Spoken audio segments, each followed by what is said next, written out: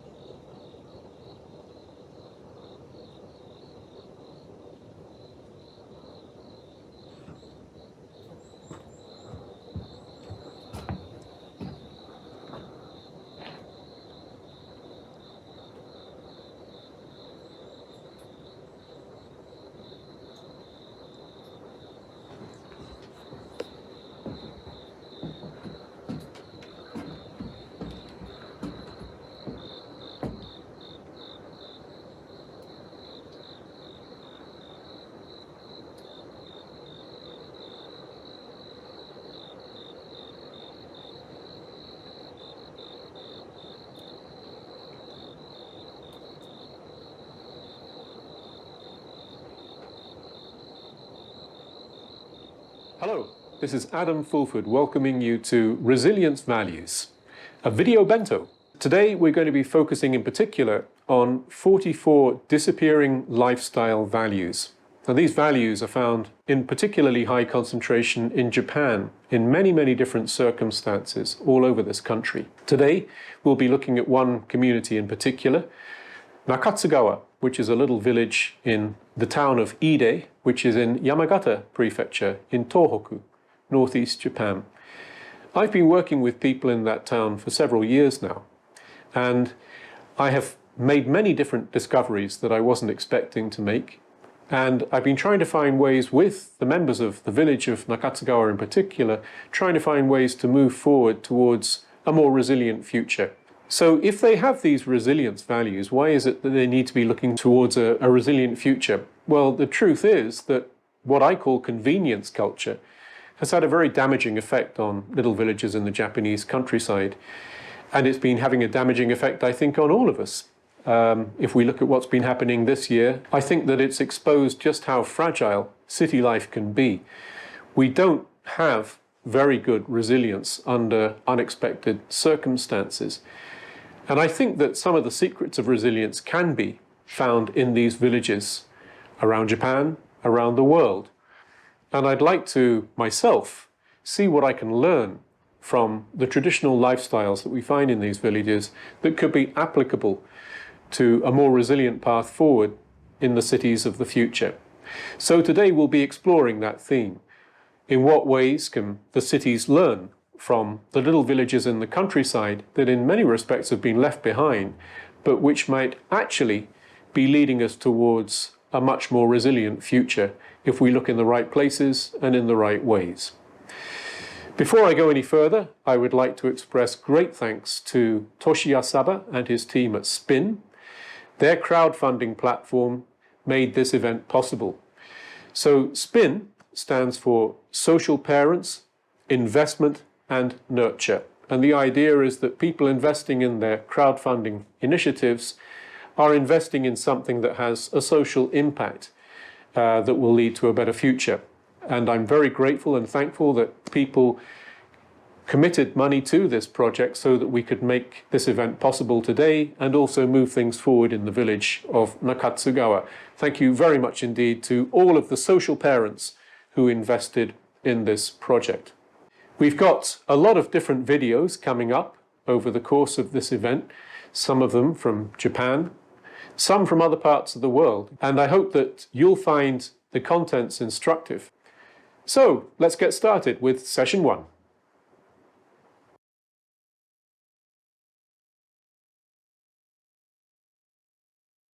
Coming up in this session, we have a keynote presentation by Professor Furukawa Ryuzo on 44 disappearing lifestyle values.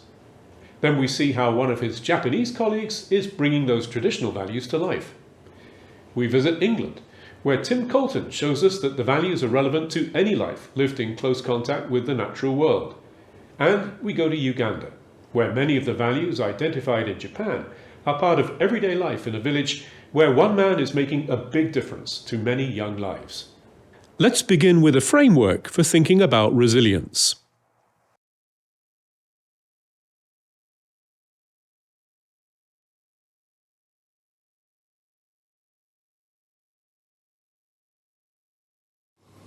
はい、こんにちは。東京都市大学の古川です。今日はですね、44の価値について話をしたいと思います。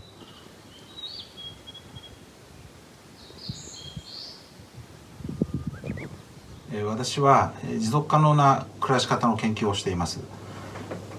持続可能な暮らし方ってどんな形をしてんだろうか、そんな疑問を持ってですね、最初に、思いついたのが、戦前の暮らしですね。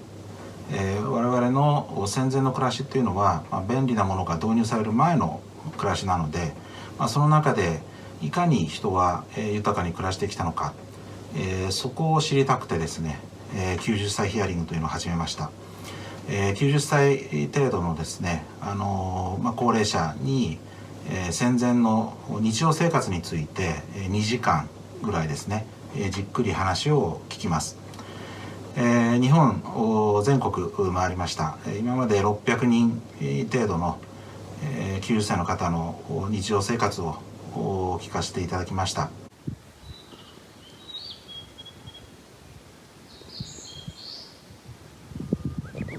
これは実は生のローデータです。一人一人、じっくりですね、日常生活どんな食べ物を食べていたのかとか、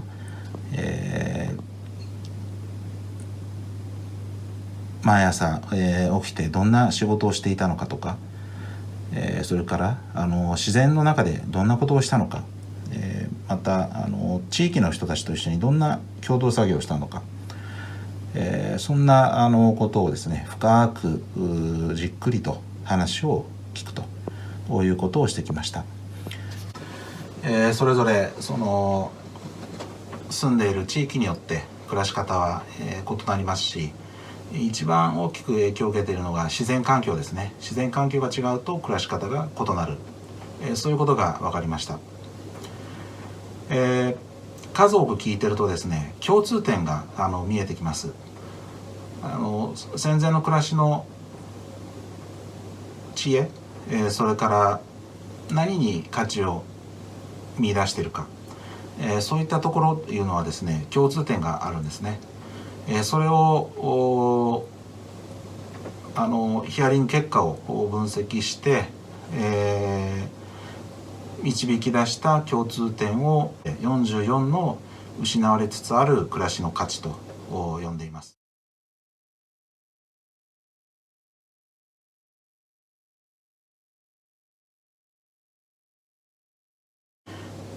その44の価値ですね、いろんな要素が入っていますけれども、基本的には自然とのつながり、それから、家族とのつながり、それから地域とのつながり、についての、暮らしの知恵になるわけですけれども、これは日本だけではなくって、海外にも共通しているんではないかなと考えています。例えばその自然に寄り添って暮らす、自然を生かして暮らすとかですね、自然から食料とか燃料こういうものを取ってですね、暮らしていくわけですね。で自然はそういう恵みだけではなくって、脅威も与えます。災害が起きます。そのために、私たちは、保存食を作ったり、燃料を1年分保存したり、いろいろな工夫を、してきたわけですね。暮らしていくために必要な、知恵、それが44の価値だと思います。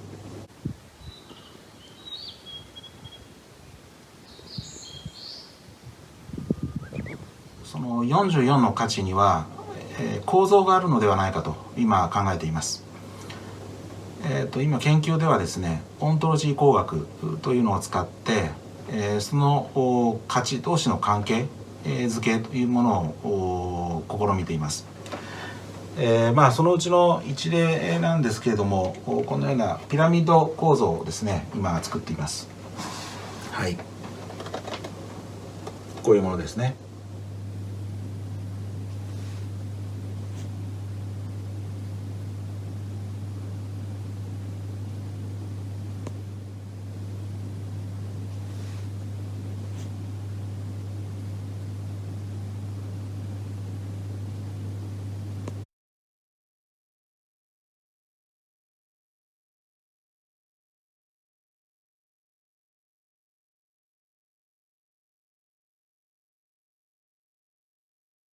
でこれの、一番上にあるのがですねいわゆる暮らしのゴールですね、楽しみ、や感謝、これが我々の暮らしのゴールだと思います。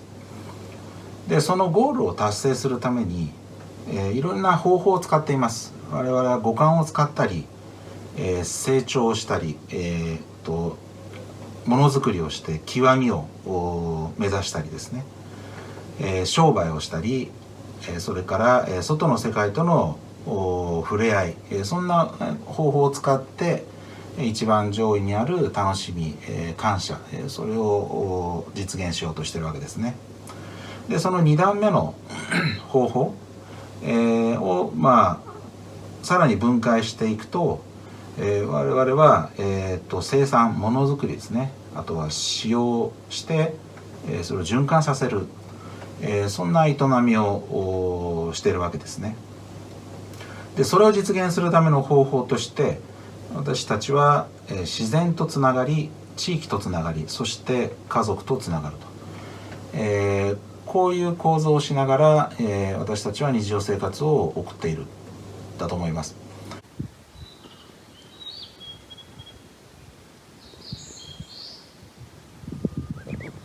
そしてこれは基本的には戦前の暮らしはこういう形をしていたわけですね。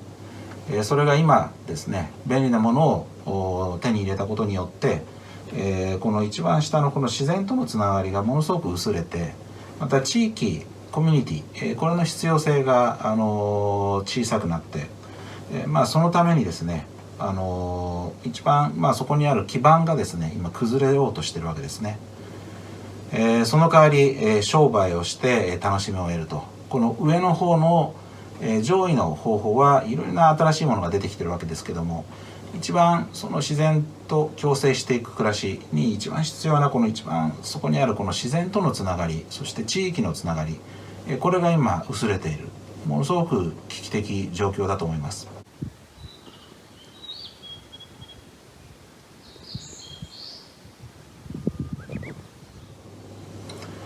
44の価値っていうのは、これのいろいろな場所にですね、存在していて、ものすごく有効なものだと思いますが、それを単にですね、私たちの暮らしに入れていくというのでは多分実現できないだろうなと思います。というのは、この一番下があるから2段目が実現でき、それがあるからその3段目が実現でき、そして最上段が実現していくと、こういう関係にあるわけですよね。ここの下を切ってしまってはですね、将来地球環境がさらに悪化した時に、自然が猛威を振るった時にですね、どのように暮らしていけばいいのか、本当に持続可能な暮らしができるのか、すごく不安になります。44の価値、ものすごく底力、我々の底力を、引き出してくれる価値だと思います。ただ、バラバラにですね適用してもうまくいかないと思います。この構造ですね、この構造を作りながら、我々の暮らしに導入していくことによって持続可能な暮らし方が実現、するのだと思っています。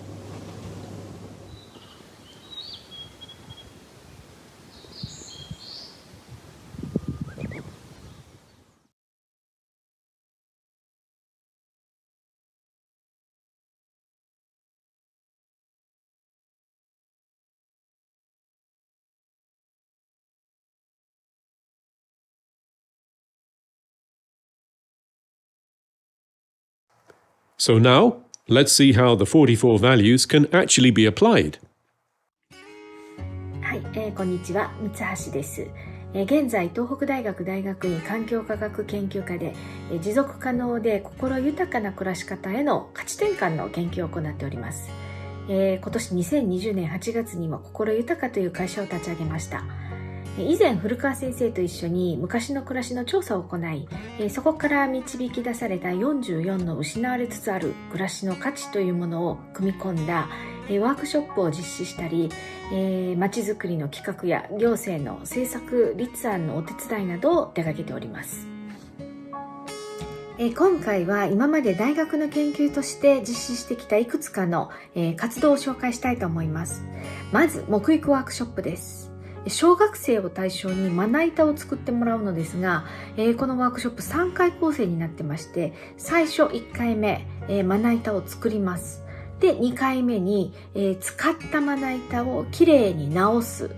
で、3回目、最後ですね。最後には、このまな板を切り刻んで、違うものに作り変えるというような構成になっています。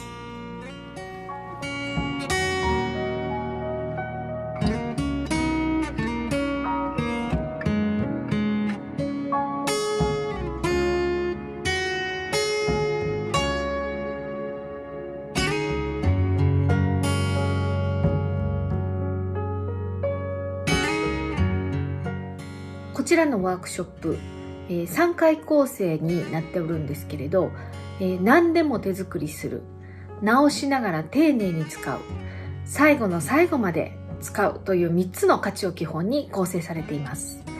またこのワークショップには工夫を重ねる、家族を思いやる、みんなが役割を持つなど他にも44の価値がたくさん含まれています。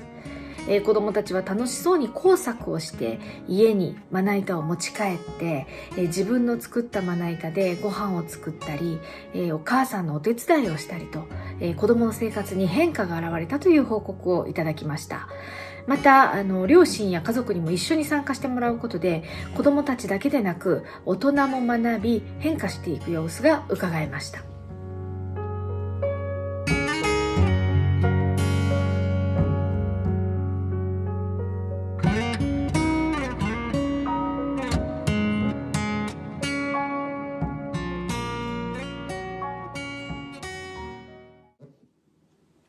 次に秘密基地プロジェクトです。これは岩手県のある小さな町での取り組みです。小学校の横の山林に、お父さんたちが秘密基地を作りました。手作りのツリーハウスとか、椅子や滑り台、いろんなものを作ったんですけれど、今までゲームで遊んでいた子どもたちも秘密基地に来るとのびのびと自然の中で元気に遊ぶようになりました。またお父さんやお母さんも交代で見張りをしたりするうちに、親同士の交流も増えたそうです。それまでなかったいろいろな経験をこの秘密基地を通してできるようになりました。秘密基地には自然に寄り添って暮らす、野山で遊びほうける、何でも手作りするなどの価値が含まれています。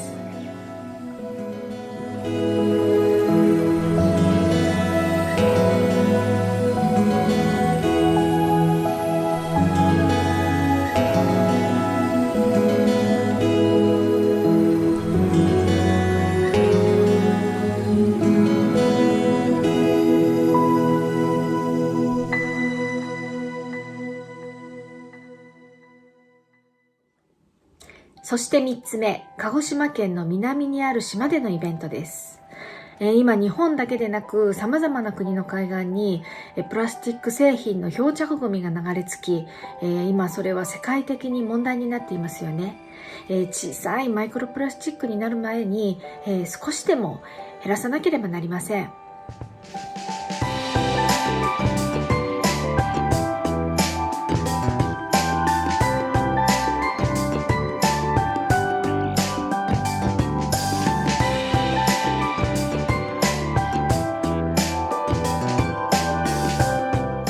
そこでビーチクリーンを実施しました。ただ、掃除ビーチクリーン、なかなかそれだけでは長続きしません。そこで、これを楽しい学び場に変えてしまおうということで、英語でビーチクリーンというのを実施したんです。小学生のみんなが新しい単語を覚えながら好奇心いっぱいいろいろなゴミを拾ってきて、このゴミの名前は英語で何て言うのかなというのを学びながら、ビーチをきれいにしていきます。ビーチクリーンをみんなで楽しい学び場にしようと題して、東北大学の三橋さんが企画したイベントで、大阪で実践英語教室を営む村井和沙さんが講師を担当しました。3、2、1、せーの。What is it? It's basketball. It's trash. Okay, you can.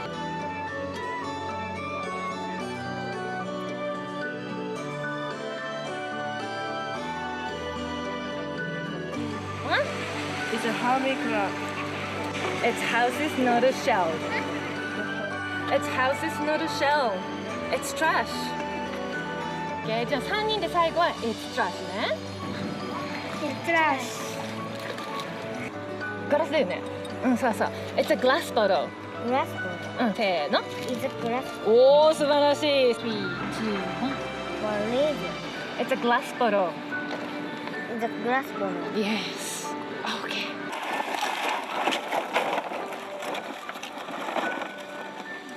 で、英語ではcoconut。せーの。What is it? あ、いいね。OK。What is it? It's coconut. いいね、いいね。OK。It's yummy. 一発合格です。よし、オッケー。Let's be part of the team. Let's be part of the team. Let's be part of the team. 大きな声で Let's be part of the team. この感想は、自分たちがこんなに海を汚してしまってダメだなと思って、そのゴミを、英語で楽しくしながら掃除ができるなんて面白いなと思いました。ゴミなどを取るのは大変だったけど、英語が言えなくてたまには取って家に持って帰って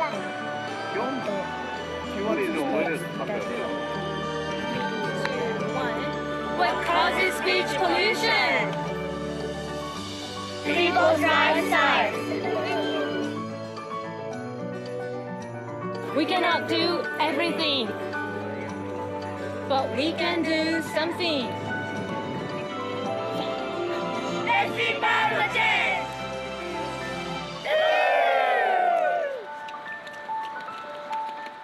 Okay! お疲れ様でした。このイベントには、暮らしの中に歌がある、出会いの場がある、ちょっといい話というような44の価値が含まれています。現在秋田県湯沢市の秋宮でも活動を開始しました。ここで最初に紹介したまな板ワークショップも先日実施しました。そしてこれから秋宮が心豊かに暮らせる持続可能な地域として豊かな自然を守りながらずっと続くよう楽しい企画をどんどん進めていきたいと思います。また楽しいイベントをどんどん企画していきますので、ぜひチェックしてくださいね。キーワードは心豊かです。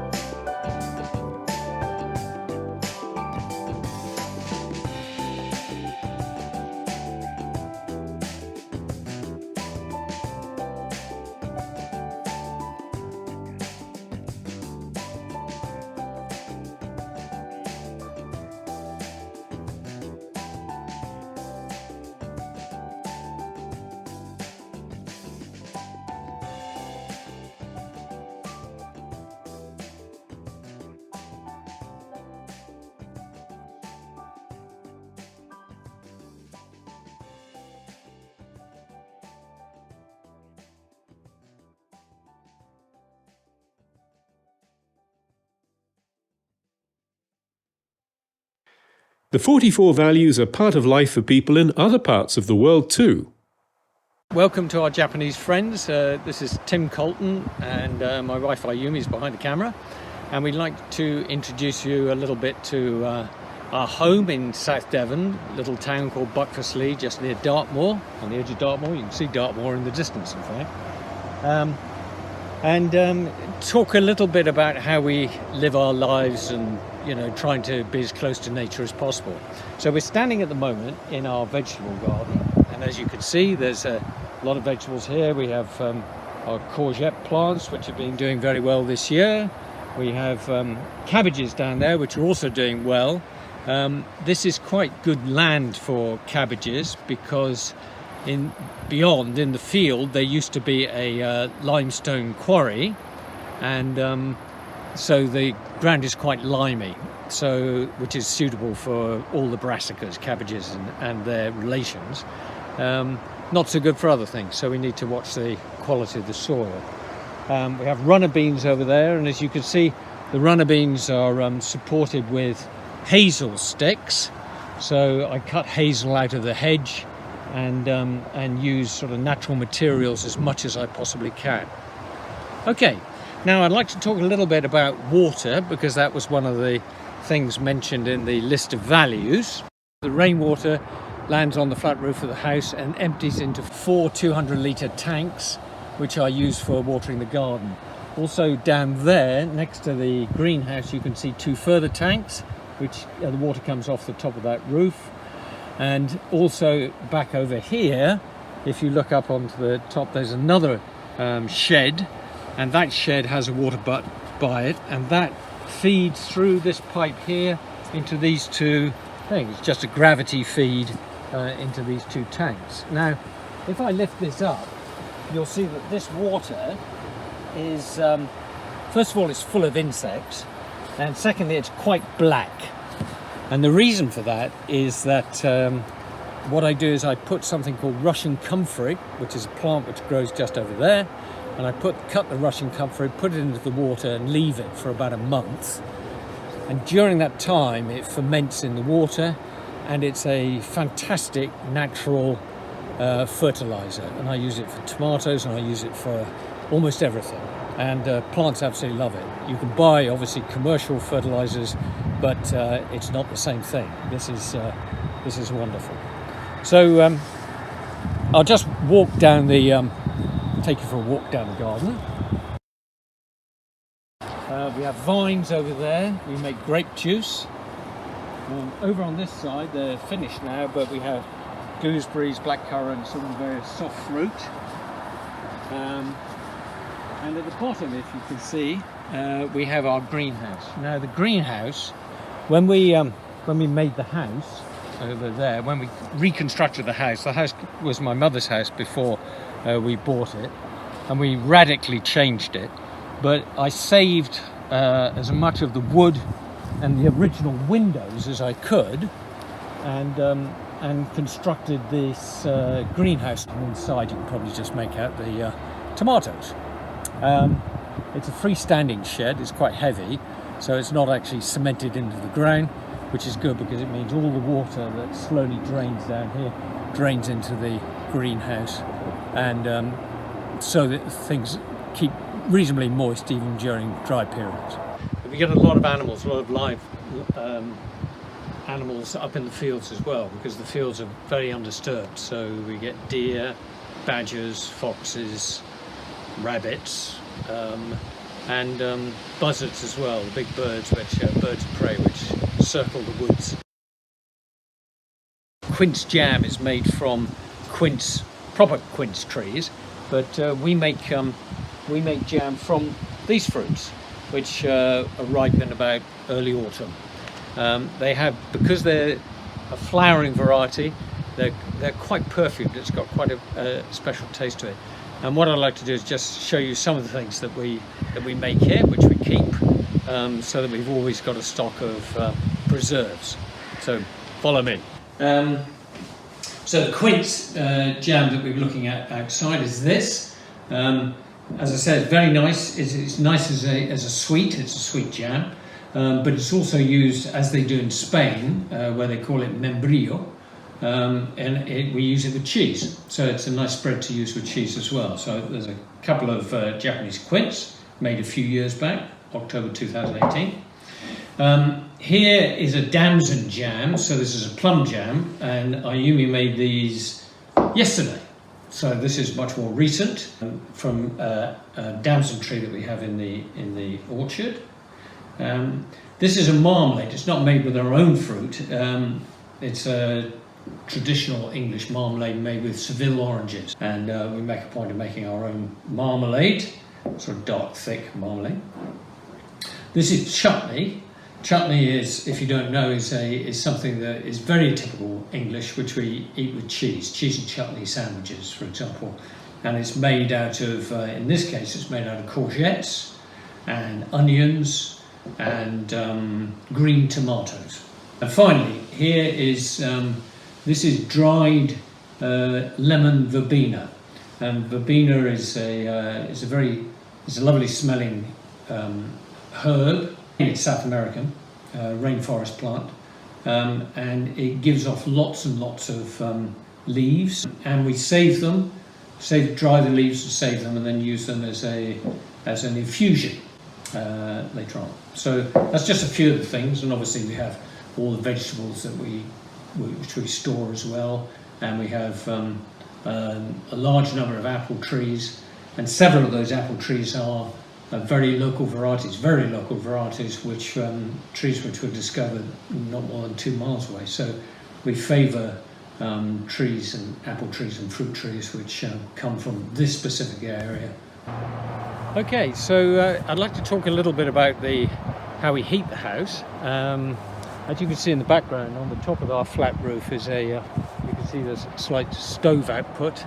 We have a wood burning stove in the house which we use extensively during the winter months. Beside that, you can just glimpse over the top there is a solar panel which we use for hot water heating as well. And if you'd like to look this way, then you can see here I have some bays which I use for storing wood, and all of the wood is from this property.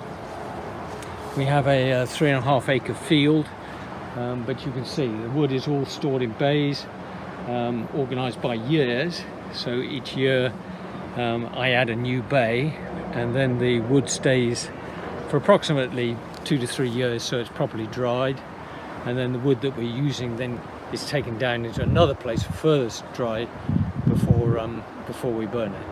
So it's obviously we try and reduce the water content as much as possible.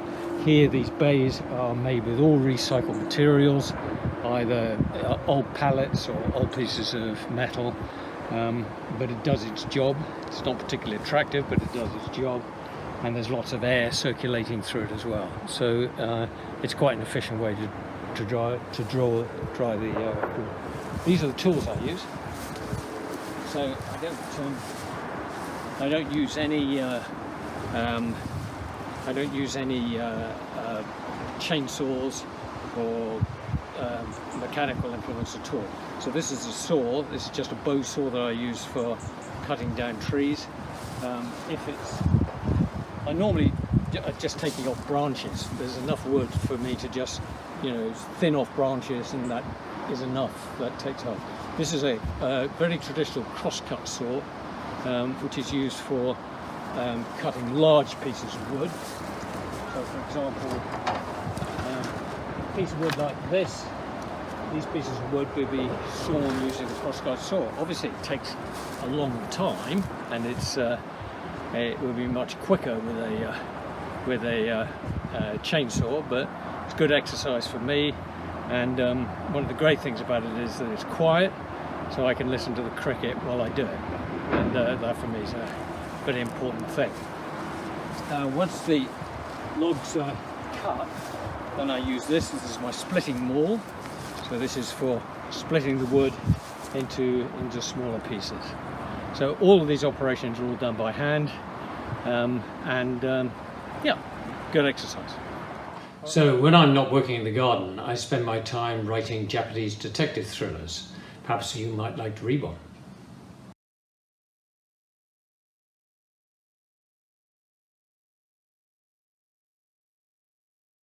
Now let's meet Wasswa Paul, who is contributing to the resilience of children in Uganda. Hi, I'm Paul Wasswa, the founder Manua Initiative for Children. Manua Initiative for Children is a community-based non-profit organization that works with children and youth in Manua village in Masaka district, Uganda. We would love to show you what we do at Manua Children's Center. We have a couple of activities that we do here in this place. Sustainable agriculture and bakery project. But I would love to start with agriculture. Apple beans. This is a kind of crop that is grown on sticks. While we are planting these crops, we use organic manure, like you see in the video. How do we make this manure? We cut grass that we have cultivated on the surface, we collect it in a heap without our soil. In a few weeks, like 3 to 1 month, it is already decomposed to form manure. Garden eggs, this is a crop that is in a form of an egg shape. It is used as sauce here in Uganda. You can eat it when it is not cooked, or you can cook it to form sauce.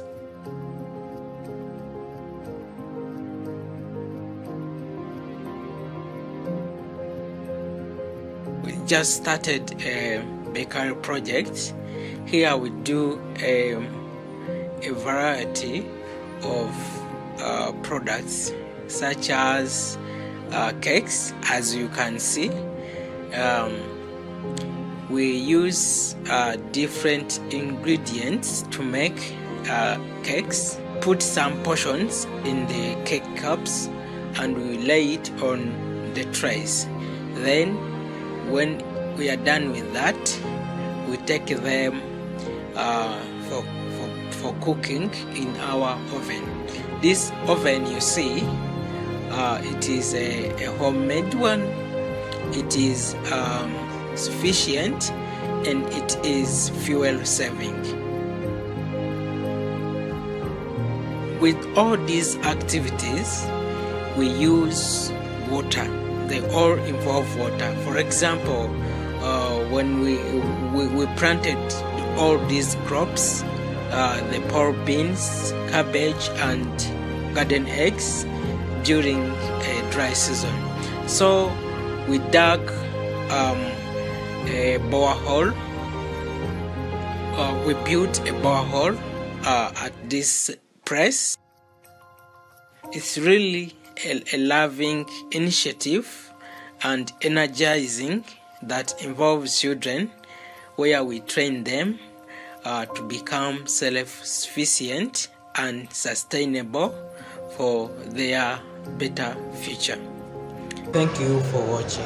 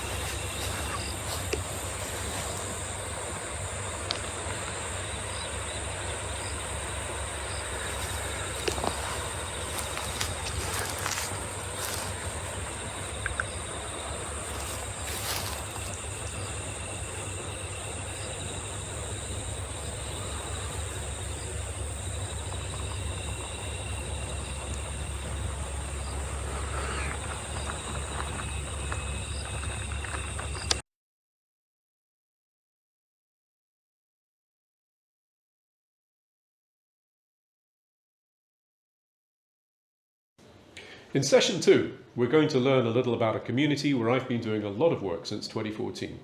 Nakatsugawa, which is in Idemachi, Yamagata Prefecture, in northeast Japan. We'll find out about some traditional customs, hear about a bear hunter, and meet some English people who visited the area in the 19th century. We'll also consider what kind of operating system might contribute to the development of a community. How can we create a wellspring of happy and rewarding ways of life? First of all, let's put Nakatsugawa on the map. Here's Japan, this is Tokyo. This part of Japan is called Tohoku, that's literally the northeast, and Nakatsugawa is here. It's a district in a town called Ide. Let's see how to get to Nakatsugawa. We'll take the train from Tokyo. We'll go through places like Omiya and Utsunomiya. At Fukushima, the train splits. Part continues in the direction of Sendai, and our part heads on in the direction of Yamagata. The two best stations for Nakatsugawa are Yonezawa and Akayu. Today, We'll get off the train at Yonezawa. The journey from Tokyo has taken just over 2 hours. Yonezawa is an interesting place to spend some time and to find out more about the local history and culture in this part of Japan. But to keep things simple, today we'll rent a car and go straight out to Nakatsugawa. This is the kind of scenery I passed when I went there in September. Now let's see what you can find in Nakatsugawa when you drive through the village. What would you notice about Nakatsugawa as a first-time visitor? Let's take a look.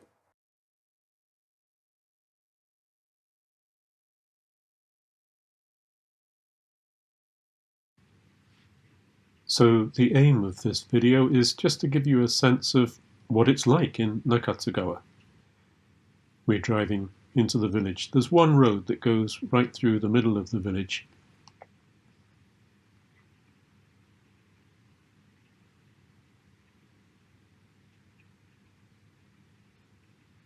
I'm not going to say much because I just want you to have a sense of what you'd see if you were in a car there.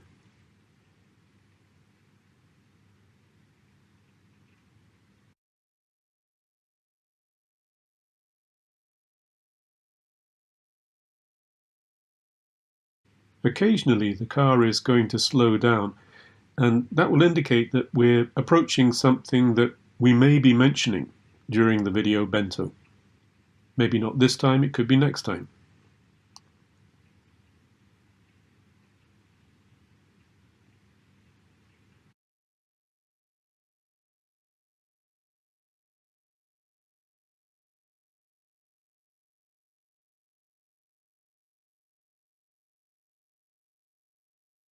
Again, we're slowing down because there's something we could go and visit on the left, but we're not going to go there today.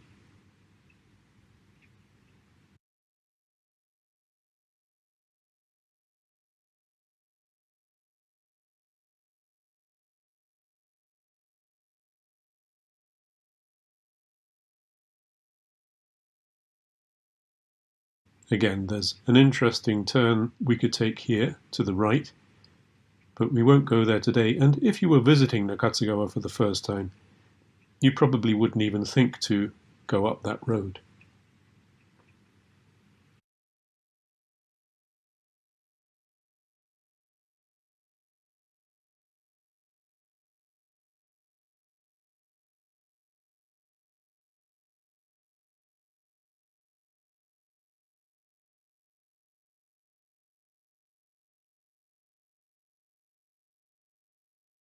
Coming up is a facility I'd like you to know about. Turn right along here to visit the snow storehouse, Yukimuro. This building has a constant year-round temperature of about 2 degrees Celsius. It improves the flavour of potatoes, it keeps rice fresh, and it makes coffee taste outstanding. I'll be mentioning the Yukimuro again later in this session, when I speak about the Shuraku cloud concept.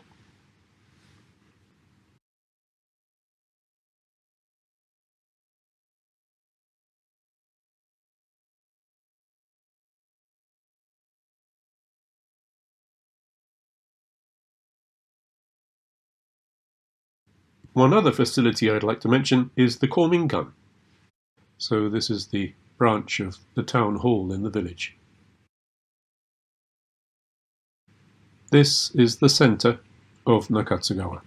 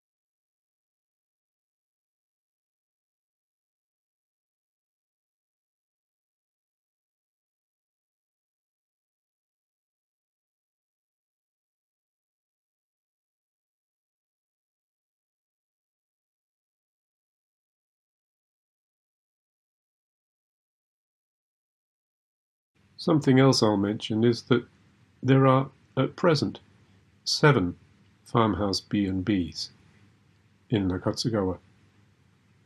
That's quite a large number for a small community, and we're passing through an area where several of those farmhouse B&Bs are located.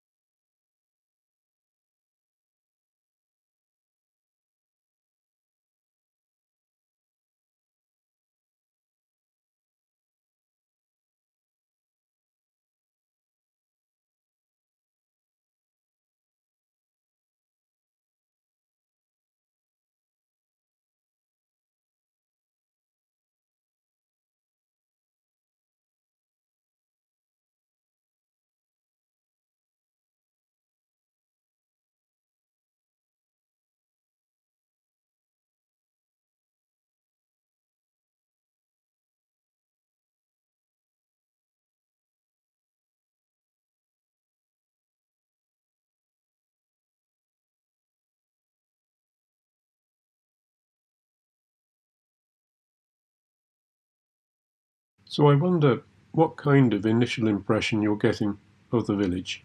We can see there's a lot of greenery, there are mountains in the distance. It may not look like a village in your part of the world. It's fairly typical for villages in Japan in terms of the kind of houses we're seeing. There are certain characteristics of this part of Japan that we can see in the way the houses are built. But as we drive through the community, it's a fairly typical rural community.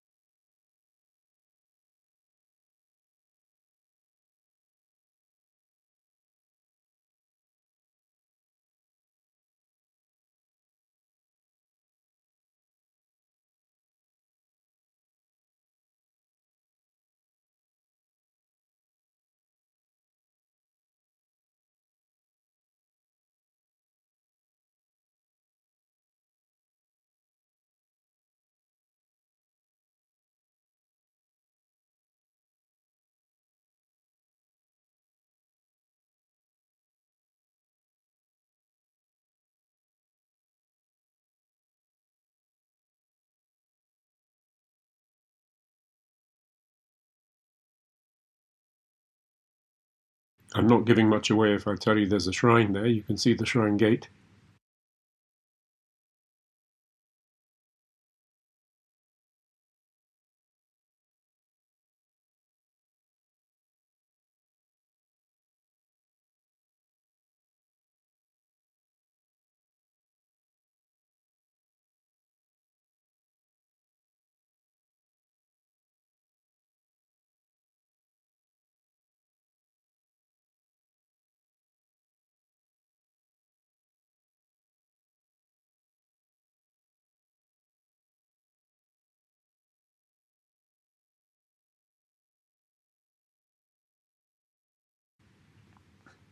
Based on what you've seen so far, perhaps you're thinking, well, it seems like a nice place, but I can't see any particular reason why I might want to spend 3 hours on a train and in a car getting there. And what I hope to show with some videos in this video bento this time and in future video bentos is that there is actually a lot going on in this village that you just do not see when you travel through it like this. And it's true for many communities around Japan.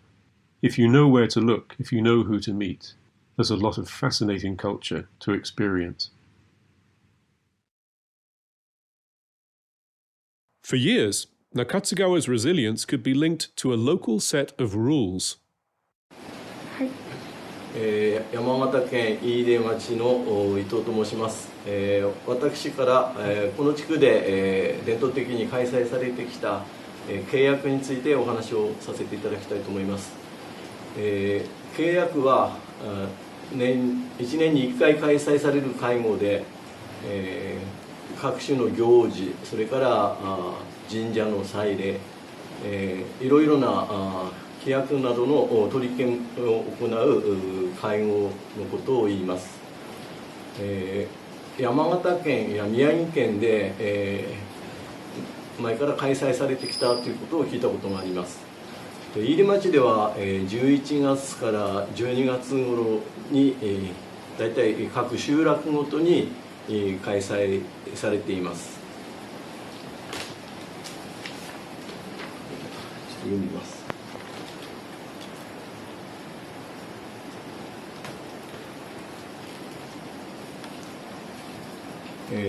契約の内容ややり方はその集落ごとに全然違いますので、私からは私の住んでいる集落で行われてきている契約の内容についてお話をさせていただきたいと思います。私が所属しているここの契約は岩倉高蔵路契約組になります。岩倉高蔵路契約は組に分かれ、上組、中組、下組の3組に分かれています。そして各組ごとに組頭がいまして、その組頭3人の集まりが運営機関となっています。毎年交代でその年の契約を主催する組、これを当組と言いますが、その当組があり2つの組をもてなす仕組みとなっています。その年の契約の開催日時、それから契約の内容については、3人の各組頭と当組の1個1人が集まって、その内容を決定します。契約の参加者構成員ですが、ほとんどのところでは家の主人、世帯主になっているようですが、岩倉高蔵路契約組では規約でも17歳以上40歳未満の男子とされており、世帯主の場合もありますが後継者が参加する仕組みになっています。これは他の地区とは大きく違うところだと思います。岩倉高蔵路契約組では次の後継者に変わる場合、その年だけ1世帯から退会する人と新しく参加する人の2人が出席します。そして上座に座らせてもらって送別と歓迎をしてもらうという習わしがあります。契約当日ですが、各組頭が進行、会計、規約の朗読の役割を分担して進められます。最初に進行係が開会を行い、次に昨年度の会計報告を行い承認をもらいます。次に規約の朗読を行います。最後に今回決めなければならない議題について進行係が進め話し合いを行います。そして、会合の終了後に全員で懇親会を行います。今は温泉施設などで会合を行い、そこで料理を準備していますが、以前は集落の公民館で開催をしていました。で料理はすべて当組の方が、早くから準備をしてお据え物や、多くの料理を振る舞われ、他の 2つの組をもてなす仕組みとなっていました。今は温泉施設で行われますが、当組は一番下座に座っていち早く他の2つの組の人に、お酒を継ぐという習わしは続いています。契約の中で、規約の朗読は、最も大事な項目となっています。集落のみんなが守らなければならない道徳的な内容が記載されています。この規約、今では簡素化され分かりやすい内容で読み上げられていますが、以前から長く使われていた一昔前の規約について代表的なものをちょっと読み上げてみたいと思います。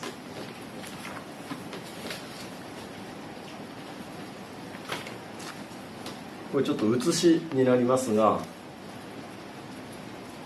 こういった、紙の紐で縛られた規約がありました。ちょっと本物は今ちょっと、見つからない状態になっています。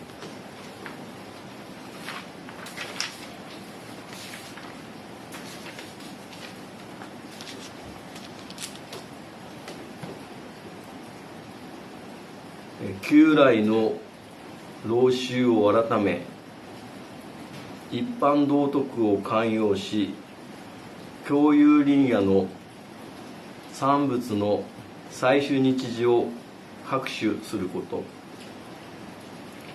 勤労なること、時間を各種し、日常業務、忠実なること、公徳を重んずること、倹約なること、社死を戒め質素なること、共同一致のこと、親睦を旨とし共同一致の行動を保ち、部落諸藩の向上に努めること、こういった項目が挙げられています。契約では自分たちが守るべきルールを決めたり、親睦を図ることで自分たちの生活を守り、集落機能を維持してきたのではないかなと思います。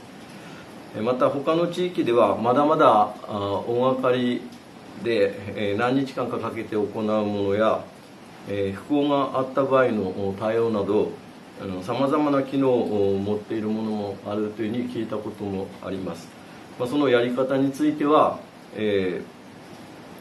その地区ごとに伝統となっているようですが、いずれもそれぞれの地域の大事な文化だと思っています。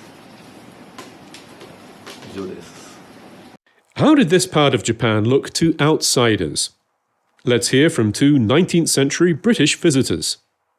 Charles Henry Dallas is remembered these days in Japan, particularly by people in Yonezawa and the area around Idemachi, as the person who popularized the beef that came from that area. It's now known as Yonezawa-gyu. Locally, it's sometimes referred to as Ide-gyu. Ide is the name of the town in which Nakatsugawa is located. Another part of Ide is called Soegawa, and in the old days it was Soegawa village. And in fact that is where the history of Yonezawa beef begins, because after Charles Henry Dallas shared some beef from that part of Japan with his friends in Yokohama, a farmer in Soegawa established a contract with a wholesaler in Yokohama, and that launched the beef business for the area around Yonezawa. Even now, a lot of the beef that is branded as Yonezawa beef, Yonezawa-gyu, comes from the town of Ide. Charles Henry Dallas was actually a student of linguistics, and he wrote about the local dialect in Yamagata and around Yonezawa in particular. And also he wrote a very interesting account of how to get to that part of Japan and what the characteristics of the area were. He wrote this for the Asiatic Society, and I'd like to read a few excerpts. Notes collected in the Okitama-ken.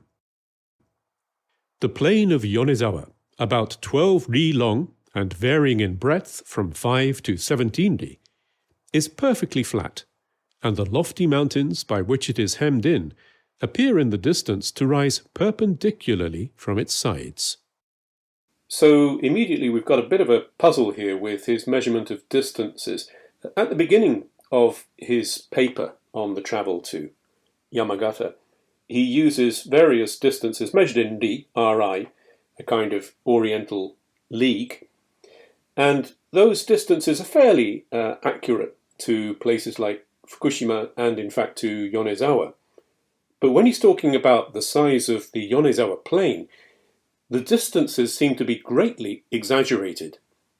I'm not exactly sure why, but I think that one possible explanation is that Japan did not standardize the length of a ri until a few years after Dallas was in that part of Japan, and I think it's possible that some people in that part of Japan were still using a traditional sense of what a ri was, and that would have been the Chinese sense, which would have been a much shorter distance.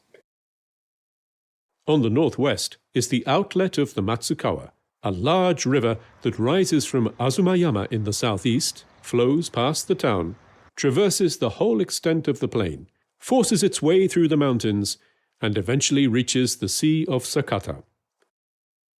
Just before leaving the plain, it becomes navigable for small boats. But the upper part is too shallow and irregular. No attempt is made to guide or confine the water, and nearly every year, the floods carry away all the bridges. Now, the Mogami River is a very impressive river. It flows all the way through Yamagata and reaches the sea at Sakata in the northwest. And it was used to transport quite a lot of things. For example, timber. So the river was a very important artery for transportation. And there's a crucial piece of information there about the flooding. No attempt is made to guide or confine the water, and nearly every year the floods carry away all the bridges. This has been something that has affected the area around Nakatsugawa for many years, and it was largely solved when they built a dam. That dam has made the water around Nakatsugawa much safer. It's also become something of a tourist attraction because when the dam level rises, when the reservoir fills in the springtime, before the water is released into the paddy fields, it actually creates a very interesting atmosphere. In Nakatsugawa, people can get into boats and float around among the willow trees, which are half submerged in the water at that time of year. The chief summits of the surrounding mountains are Azuma, Kabutoyama, so called from its resemblance to a helmet, Ide-san, and Asahiyama. It is stated that the snow never quite disappears from Ide-san, and the phrase Ide-san no yuki wa kietara is used as the local equivalent for the Greek kalends. Okay, so he's been referring to some mountains in the area around Yonezawa, and I was looking on Google Maps, and I think we can just about identify the ones that he was referring to. From my point of view, the one I'm most familiar with is Ide-san. It's on the border between Fukushima and Yamagata. It's a sacred mountain for communities in both prefectures. And it was very interesting to come across this phrase, Ide-san no yuki wa kietara, which means if the snow ever disappears from Ide-san. And I had no idea what the Greek kalends were. But apparently kalend was the first date of the month in the Roman calendar, but it didn't exist in the Greek calendar. So in the Greek calendar, it would never come. That day would never come. So the idea is that when the snow melts on Ide-san, that day is never going to come. The soil is exceedingly fertile. Rice is produced in such quantities as to allow of a large export to the west coast. whence a good deal is said to be forwarded to Hakodate. And so I guess that the rice he's referring to would actually go to Sakata, down the Mogami River. Then it would go to Hakodate, which is quite a long way to the north, as you can see on this map. And I've also included Seoul and Vladivostok for international reference. As a lady travelling alone, and the first European lady who had been seen in several districts through which my route lay, my experiences differed from those of preceding travellers. Isabella Bird was passing through the area just a few years after Charles Henry Dallas would have been there. The lofty pass of Utsu, which is ascended and descended by a number of stone slabs, is the last of the passes. From its summit, in the welcome sunlight, I joyfully looked down upon the noble plain of Yonezawa, about 30 miles long and from 10 to 18 broad, one of the gardens of Japan. This would have been the last pass on a very, very tough journey from the west coast inland. And she's looking out over the noble plain of Yonezawa, which she describes as being about 30 miles long and from 10 to 18 broad. And I think that's probably a rather better estimate, actually, than the one given by Charles Henry Dallas. It was a lovely summer day, though very hot, and the snowy peaks of Aizu scarcely looked cool as they glittered in the sunlight.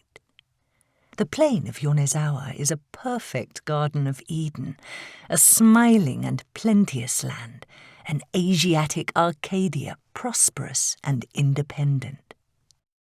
She describes the area as an Asiatic Arcadia, and this has become part of local history now.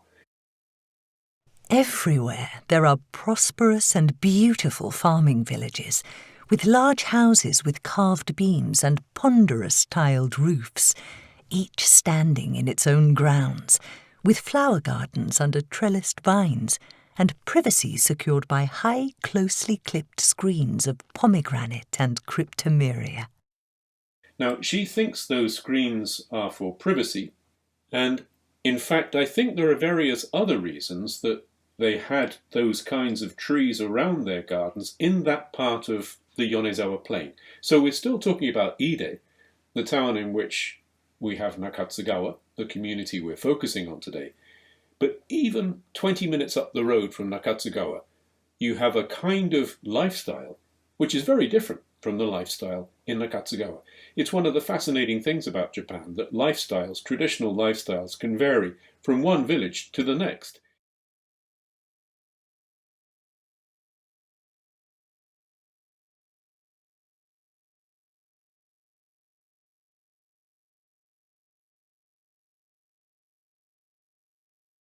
Let's find out more about life on the Yonezawa plain.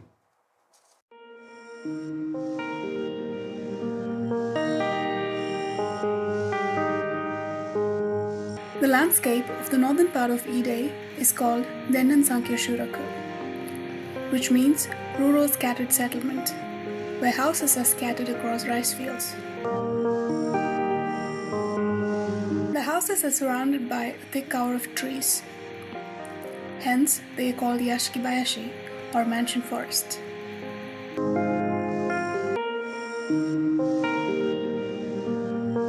We met Mr. Kenichi, who is an expert in Yashikibayashi, and Masae Nihei, who works at the town hall, to talk more about Yashikibayashi. これは共通しな米の生産しているところでこういう経験が多いの。稲を作って稲作で、生活しようと思った時にこういう経験が最も暮らしやすかったの。でこういう経験になってるわけです。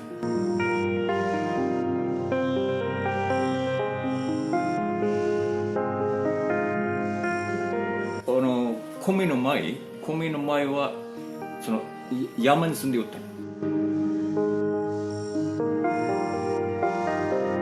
でもともと山に住んでおったのでこういう林が欲しいわけです。こういう林があった方が暮らしやすいわけです。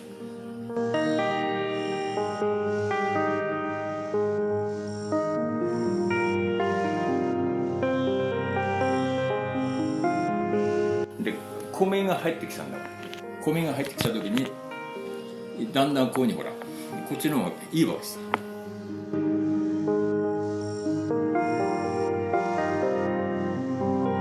で全部人間が作り上げてるわけ。自然じゃないの。人間が人工的にこう作った。その方が暮らしやすかった。どういうふうに暮らしやすい？いやそれは風、はい、風がすごいわけです。でそれは全部ここで防がれる。でこの木はストーブで薪に使える。あとこういうお木の下だとものすごくほら温度が下がる。あといろんな梨ぶどういろんな果樹も生産できる。畑もある。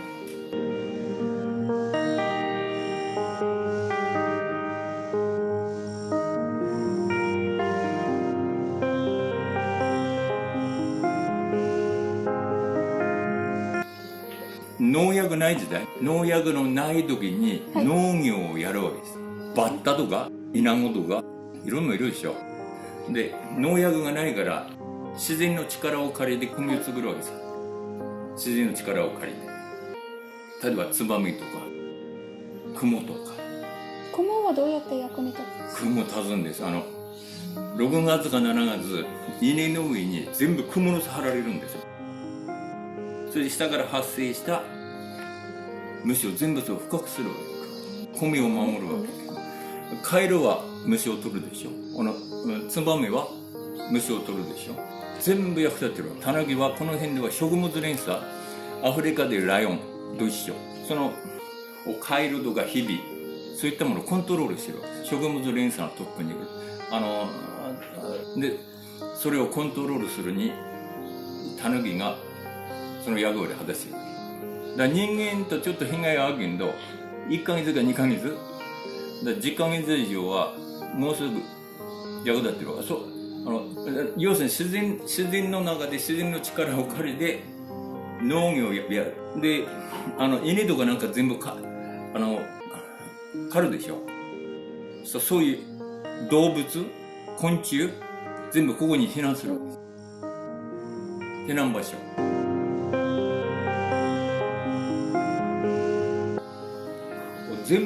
全部無駄がないわけです。杉の葉っぱっていうのは杉の葉っぱを乾燥させて粉にして煮皮で固めたやつが線香だ。今作ってる一番高級な線香で家庭線香にもなっちゃう。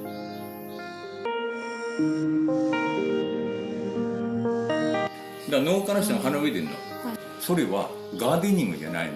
それは仏壇に備えるっていう、全部無駄がないわけです。田んぼの中に家がこうバラバラにで家のどれもこう杉の林囲んでる。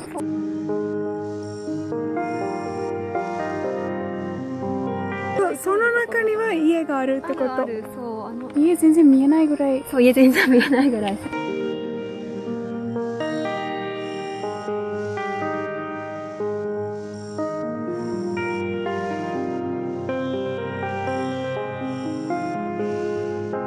でああいうところにやっぱ生き物とかが住んでたりとかして、さっき伊藤さんが言ってたみたいに例えばタヌキとか鳥の虫とかをでお米がちゃんと育つ。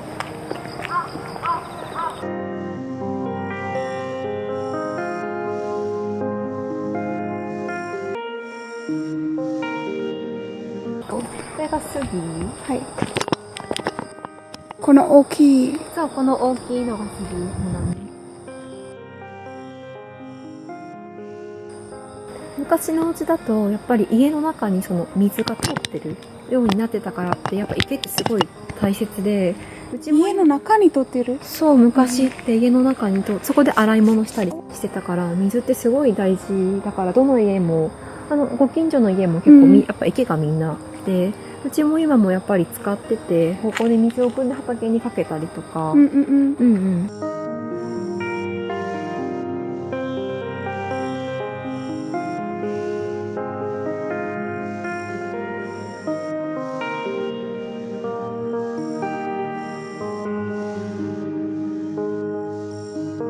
なんかかんか農業をやらないとこれは守れない。農業がダメになったらここもダメになっちゃう。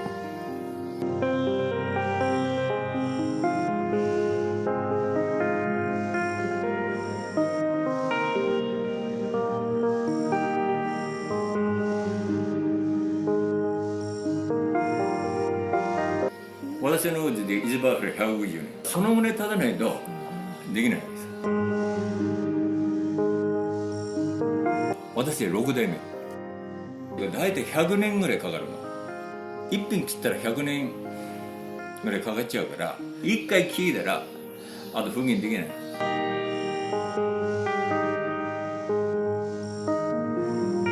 人が住めなくなったら、人がいなくなったらダメになっちゃうけど、でもわざわざ屋敷林に住み始めてる人もいるのよな。空き家を買ってて、ものすごく暮らしやすいの。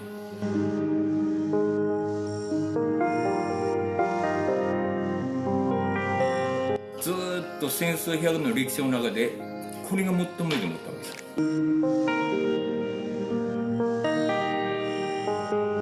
疫病とかさ、今始まったことじゃなくて、食料を生産して、あとこういう疫病もあるわけだし、災害もある、いろんなことあるわけだけど、そのためにどうするかっていうことで完成されたのがこういう。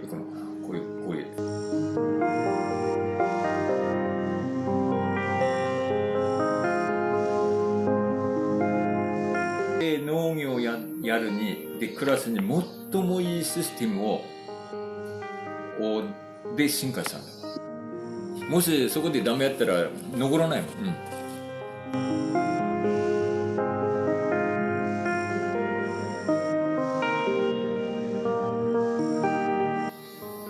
ん。わざわざこれを人工的に作ってガーデニングやっててさっぱり美しさはないの。普通に暮らしている普通のライフスタイル、それがもう綺麗なわけですよ。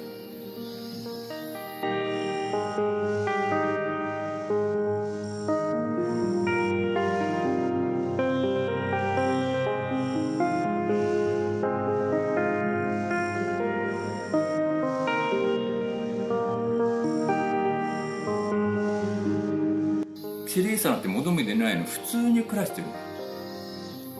それが綺麗でしょ、多分。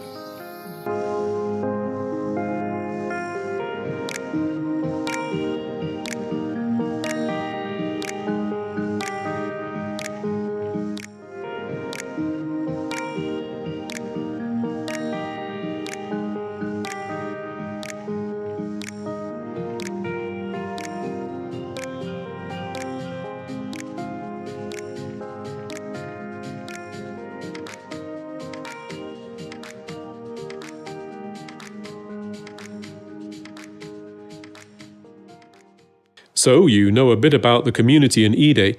What am I doing there? Let's take a closer look. So, first of all, we need a green space. Here is a green space. It's Nakatsugawa in Yamagata, where I've been doing a lot of work. So in our diagram, first of all, we start with a green space. We also need a lot of people to visit that space who represent different realms of experience and expertise. Here's a typical example. So people who run a business, or people who are business advisors, people who teach English, people who are journalists, many different people of different ages who can bring a different perspective to the community. So we don't simply take photographs and buy souvenirs and go home. We seek ways to engage with people in the community and with them think about ways to walk in the direction of a better future. I call this in Japanese koken gata kanko, which is in English a kind of contribution tourism. It's a community-based tourism where we try to contribute to the community from the perspective of the people who live there. So we're doing things that they want to achieve and we're supporting them in that effort. To accelerate or to make those activities more efficient and effective, we need people like Priya here, who's been in the Nakatsugawa community for several weeks. Here, she's helping out at a farmhouse B&B. The owner of the farmhouse B&B greatly appreciates Priya's support when she has a lot of people, for example, for lunch. So Priya is helping out with that kind of activity. And that gives us the community intern. In Japanese, I say karisonmin. So that's that white space in the green space. We've got a community intern in place. Now, that community intern could be somebody who comes to Japan on a working holiday, for example. We need somebody who speaks English and Japanese, and they would be living in the community for a month, 2 months, 3 months, maybe 6 months. and they would be contributing to the community in various ways. We'll take a closer look a little bit later. But first of all, let's think of another kind of community intern. Here they are, university students. They've been going to Nakatsugawa for several years now to support festivals in the summer and the winter. In the winter in particular, it's very tough to hold a snow festival in the winter. In blizzards and so on, the local population is getting more elderly. So having young people there makes it much easier to hold an event like that. And the Asia University students are also learning about the community as they engage in that kind of activity. So they're another form of community intern.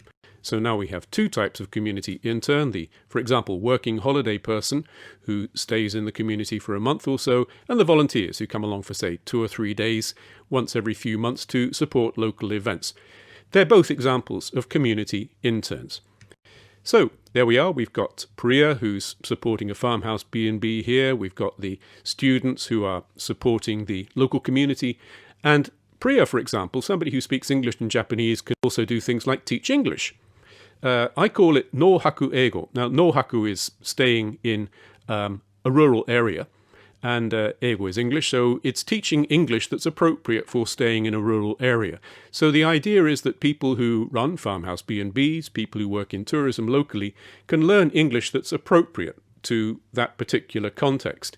And we try to make it fun, so this is a little game where you match the days of the week, English and Japanese. Here's another example which is very specific to Nakatsugawa. So we set it up as we're driving through the community. Oh, and we pass the Yukimuro, the snow storehouse. And we ask the question, shall we take a look or shall we keep going? Okay, well, let's take a look. And here it is. So here it is a phrase that somebody living in that community could use to talk about the Yukimuro, the snow storehouse, when we go to visit it. Something else that the community interns can do is develop new products or create new ways to use existing product ideas. So one thing that the Yukimuro is used for is to mature coffee beans. It changes the flavor of the coffee beans in a very nice way. And so with my daughter, we designed this little package featuring Paula, the pourer bear. And Paula is a very good pourer, but she hasn't yet quite grasped what the purpose of pouring is, so she doesn't always get it in the cup.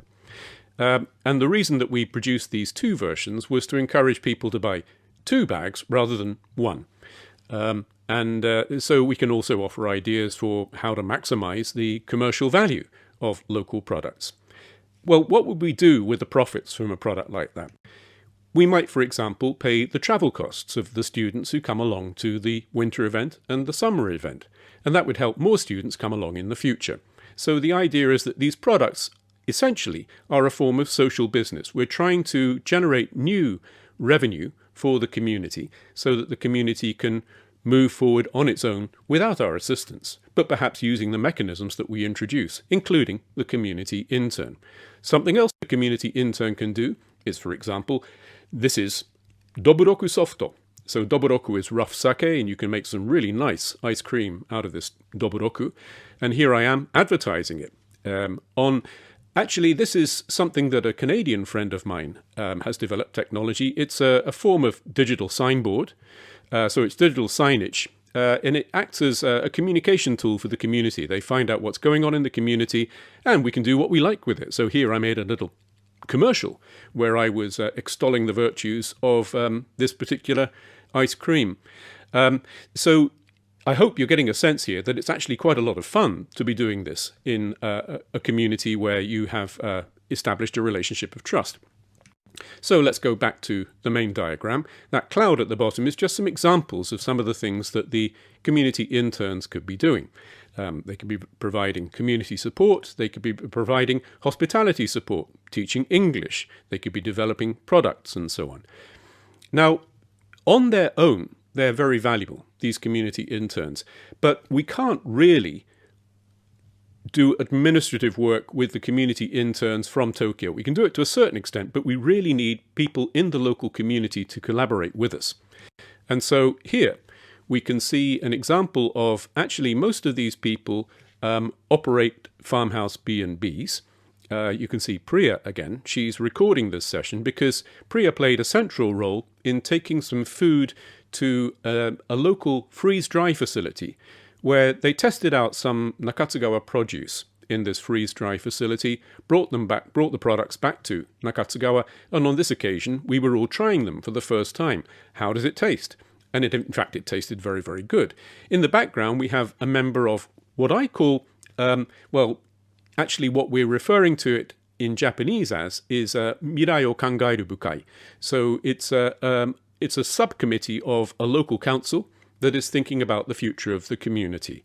So this future committee, if you like, is another very, very important aspect of building a mechanism in the community for receiving the community interns.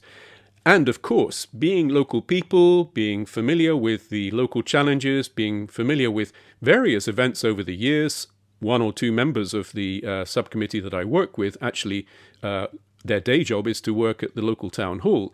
So they're very familiar with things like, oh, well, we've got to keep a record of this, which is something that I completely failed to do. And so on the spot, one member of the subcommittee started writing down, okay, these are the questions that we've got to answer as we test out these new freeze-dried products.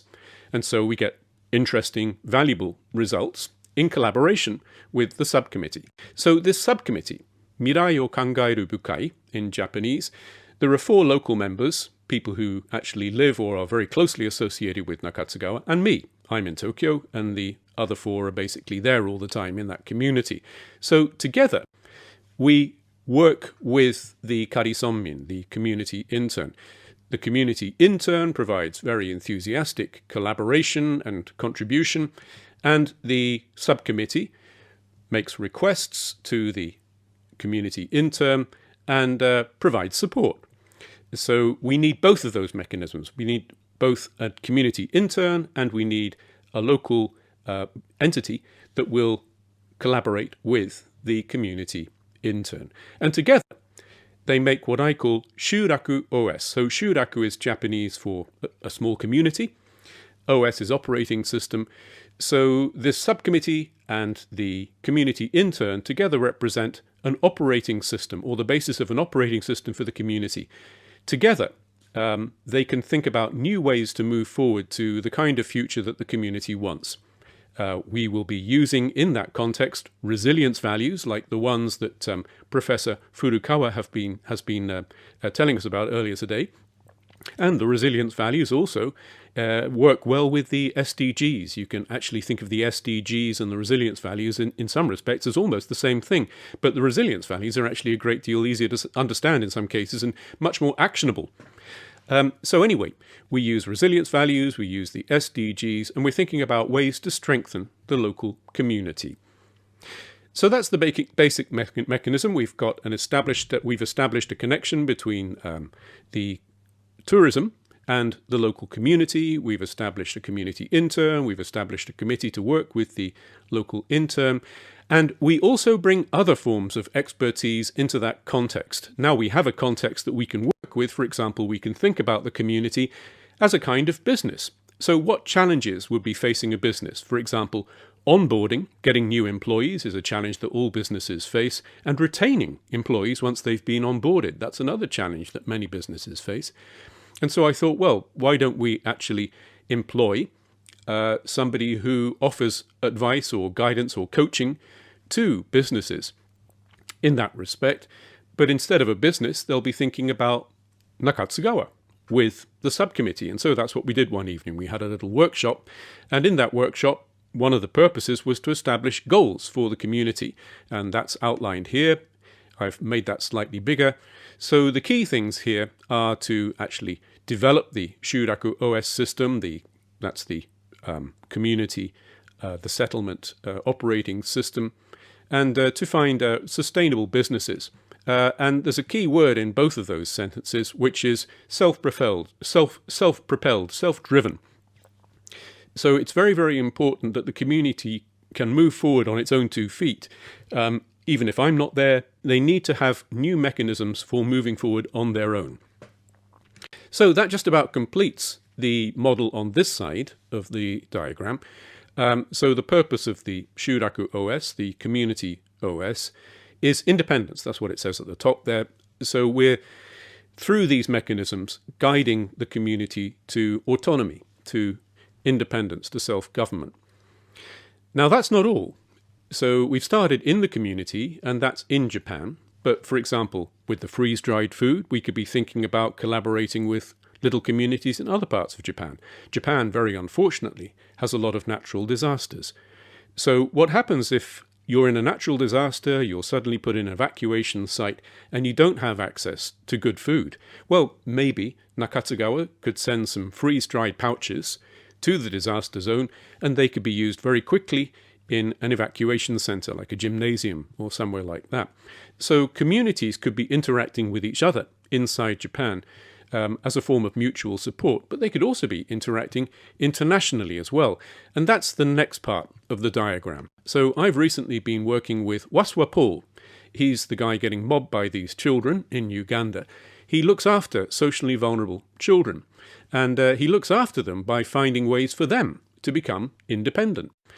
So he started growing vegetables with them. The children themselves help to harvest the vegetables, and you can see it's fun. I actually got involved with Paul because he was crowdfunding an oven, so I supported his efforts to build an oven for the kids. The kids have a very limited diet, and they just love bread and cakes, but they very, very seldom have an opportunity to eat them. Maybe on a very special occasion like Christmas or something like that, they'll be able to eat it, but on an everyday basis, they have a very limited diet. And so I was thinking, well, is there some way that we could actually interact internationally using this Shuraku OS system? And I started thinking, well, yeah, maybe there is. Maybe, for example, if we don't use the freeze-dried food for a year or so, then that freeze-dried food would be replaced by new freeze-dried food, and the older freeze-dried food, which is still perfectly good because freeze-dried food tends to last for a long, long time, we could send some of the older freeze-dried food to the village in Africa. And not only would the children have something nutritious to eat, it's the kind of thing that perhaps Paul could sell in the local market and make a little bit of money that would support his efforts, for example, maintaining the oven or something like that. So that would be a value-added product that he could use in his own context. And then also, that particular village happens to make a lot of coffee. So I was thinking, well, maybe we could have some kind of barter. We send them freeze-dried food. Maybe Paul could send us coffee beans from his village, and we could put those coffee beans in the Yukimuro, the snow storehouse in Nakatsugawa. And then we could sell that coffee at a premium in Japan. So the local economy for Nakatsugawa would be benefiting, the local economy in Uganda would be benefiting, and again in Nakatsugawa the profits would go to that little subcommittee that is working to strengthen the local community. So some of that money, for example, might pay the costs of a new community intern coming into the village. So let's go back to our diagram. What we've got is a new connection to what I call Shuraku Cloud. So this is Community Cloud. It's inside Japan, community to community, and internationally, community to community. And I'm hoping to get that going in earnest next year. I'm already speaking with Wasswa Paul in Uganda about the idea of bringing some coffee beans into Japan. So we also establish a new connection here between community to community and tourism. So as those bonds strengthen, more people might want to visit, for example, Nakatsugawa, to see how that Shuraku OS, the community OS, was established in Nakatsugawa, how they might be able to do something similar in their own community. And that's another form of tourism that we can look forward to in the future. So the Shuraku OS, the purpose of that is independence. So what is the purpose of Shuraku Cloud? And that's a question for you. What do you think the purpose of Shuraku Cloud is? Why would we need a community cloud? What benefits would it offer? Old photographs offer a unique glimpse of Nakatsugawa's history.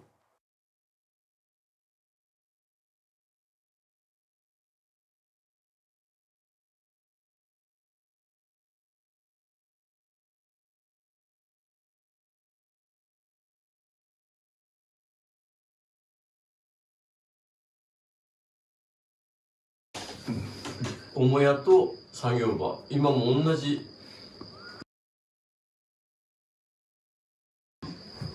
ただその桜の木とか庭は私が作ったから。これ。その下お庭になってるけど、そこはみんな畑、巣の畑だったり田んぼだったりした。これは昭和初期でしょ？全部昭和初期。この人がうちのおばっていうかじっちゃんの兄弟。ここがちょうど今水車したあたりのとこね。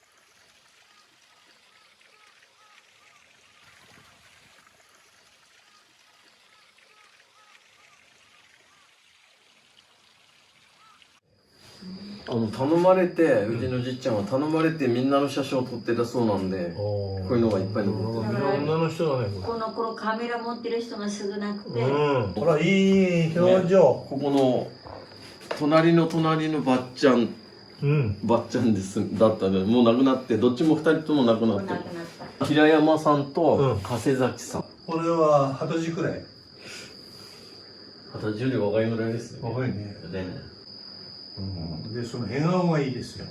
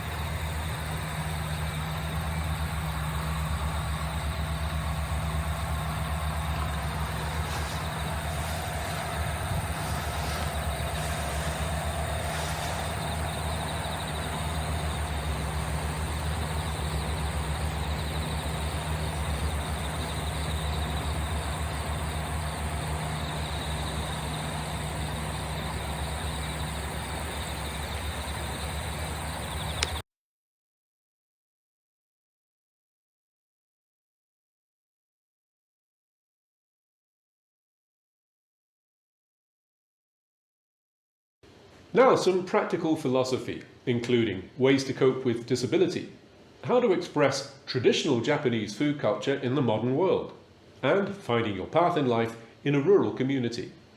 Then, Alex Kerr tells us about his new book on the Heart Sutra, And we finish with a look at temple life in Kyoto. Communities in the mountains had to find ways to cope. All around us, individuals are doing the same. Let's hear from one. 皆さん、こんにちは。対応力がもたらす価値、思うこと、渡辺祐介と申します。私は身体障害者で車椅子を利用しております。今回、この対応力がもたらす価値、思うことに関して、私の思うことを述べさせていただきます。自己紹介です。私は、障害者です。障害名は骨形成不全症という病気で、骨や関節の疾患があります。主に足が悪く、手動用の車椅子で生活をしています。病気の症状としては、骨が折れやすいなどの症状があります。普段は、アメリカコンピューターメーカーの日本法人で会社員をしています。今している仕事は、車椅子であるデメリットはほとんどなく実行することができます。具体的にはオフィスワークが主ですが、実際にお客様先に訪問をしたり、実際にコンピューターの設定をしたりということを行っています。基本的に仕事に関しては、上司、同僚、お客様からも同様の業務ができるようにと、一般健常者と同じ業務ができるようにということで、役割をいただいて仕事を遂行している毎日です。今回、対応力ということですが、私はこれを知恵だと思っています。特に私が障害を持っているがゆえに、普段の日常で求められるのは対応力、知恵だと思っています。私の学生時代の恩師より、知識より知恵のある人間を目指せと言われたことがあります。これは歴史の先生だったんですけれども、歴史の中の偉人と呼ばれている人たちの多くは、単純に知識があるだけではなく、知恵があるということが学び取れるということを、教わったからです。知識は時間をかけて覚えていく、蓄えていくことができるが、知恵は簡単には身につかないとも教わりました。知識を上手に使うのが知恵だということも教わりました。この知識より知恵のある人間を目指せというのは、私の行動原理の基本にもなっています。知恵という言葉は対応力と置き換えることができると思っています。私は障害ゆえによく怪我をして体を思うように動かないこともあります。普段歩くことができない私にとってさらに動けないことは苦しいことです。最近だと右手が上がらなくてなかなか思うように車に乗ったり移動したりということができませんでした。階段があり通れない場所があります。こちらも実際街中に出てみると、帰りたいと思ったお店が入れないということも多々あります。また、砂利道があり、車椅子がうまく進まないことがあります。こちらもやはり、外の世界で景色がいい場所、見晴らしのいい場所に行ってみたいなと思っていても、なかなかそこの場所は、自然が多い場所で、車椅子で一人で気が向くままに行くということはできないことがあります。また、日常では手が届かない場所にあるものが必要なことがあります。コンビニなどで見つけても欲しい商品が買えない。また、探している商品が上の方にあって、目で見ることができないために見つけられないということがあります。これらの問題に関しては日常的に発生をしていて、これをいかに解決するか、いかに対応するかということを日々考えないといけません。この対応力、知恵を使わなければ、私は外出することや刺激的なことができないということになりますので、豊かな人生にはならないと考えています。逆に上記の問題に対して常に対応することで大きな喜びを感じています。知恵こそが人生を豊かにするスパイスだと私は信じています。対応力の例ということで、私が建てた家の話を少しします。一般的に販売されているバリアフリー住宅は、多くの場合、車椅子で住むということには使いにくい部分があります。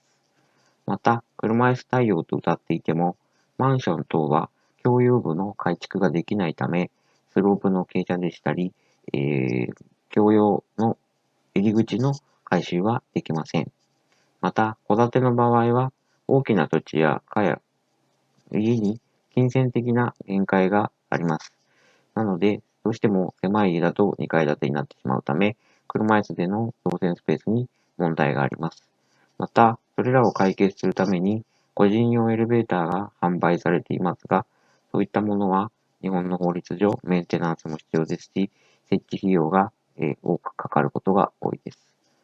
そういったことに対してどのようなアプローチをするかを検討した結果、私の、組める範囲のローンを組み、金銭的に手が届く範囲の土地を購入し、手が届く範囲の建物の設計を立てました。これに関しては、私が使いやすい高さのスイッチ、水回りなどを備えています。また、こちらの2階がどうしても発生してしまうという問題に関しては、個人用エレベーターから階段用昇降機を使うという形で、実際の問題を解決しています。アフターコロナを経て思うことということで、コロナ期間中は、自粛期間中が大変多くの人が過ごしたと思います。普段アクティブに外に出ている方にはストレスの多いことだったと思います。私は4年期から在宅を余儀なくされることも多かったため、在宅期間中に大きなストレスを感じることはありませんでした。また、子供の頃になかったインターネットなどがだいぶ普及しましたので、現在は SNS やリモート会議など仕事にも支障もなく、普段の友人との交流も支障はありませんでした。ただし、ニュースや周りの友人の話を聞くと、外出自粛や自宅での長期間の滞在はかなりの方がストレスとなっているようです。以前の日常を取り戻すという意識は、やはり、何も変わらないということなので、知恵を使わないことだと私は考えています。私がこれまで対応してきた問題の解決方法は、現在所属する NPO や地域活動にも活かせることが分かってきました。多くの方々と豊かな人生を送るために、どんな知恵、対応力があるか、所属する NPO、会社、地域、その他ボランティア活動を通して、多くの方々とより考えていきたいと日々思っています。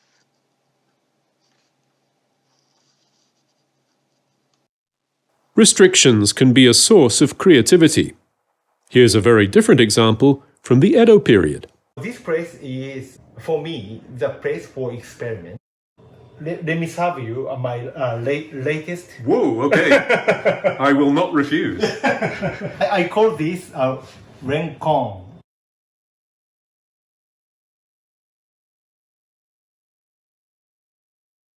Lotus root hasn't got any flavor and taste, so I can express the natural passion fruit juice flavor and acidity straight.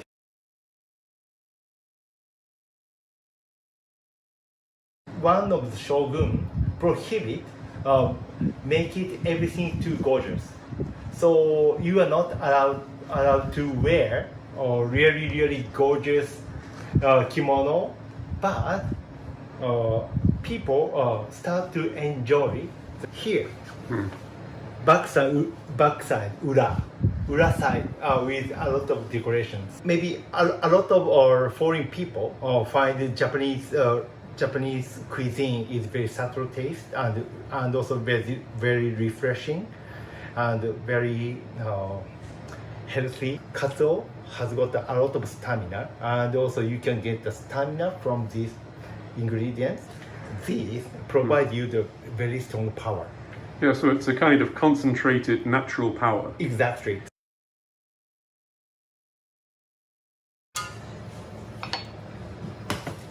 It's just so good. It's very mild, but at the same time, there's a very, very clear flavor. You can just feel the goodness. Umami comes after you taste it. Yeah, as you're talking, now, yes, I'm experiencing it at the back of my back of my mouth, the top of my throat. You don't expect that to happen when you put it in your mouth. Exactly. But it just keeps developing. Yeah, so after flavor lasts longer. Atoaji means the after flavor. So most important thing is atoaji. Ura-masari. I think that is Ura-masari.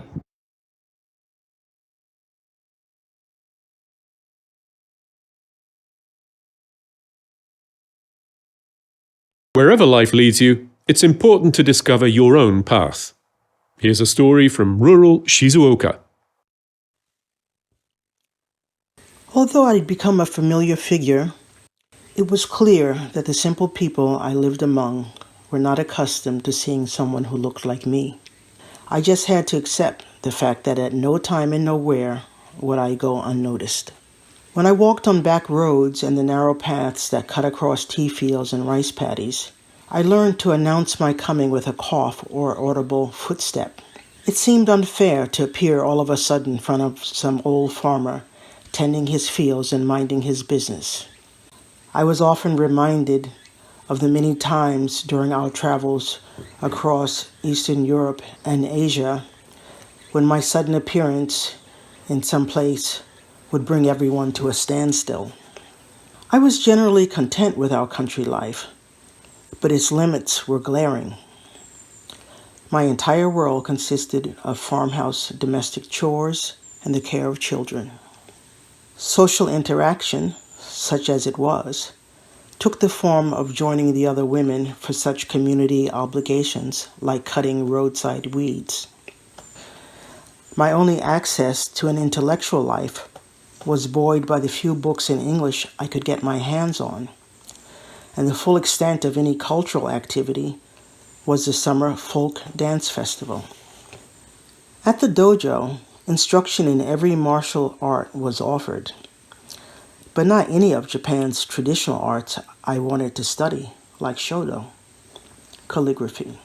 I'd inherited the love of writing from my father, who lived at a time it was considered an accomplishment to have good penmanship.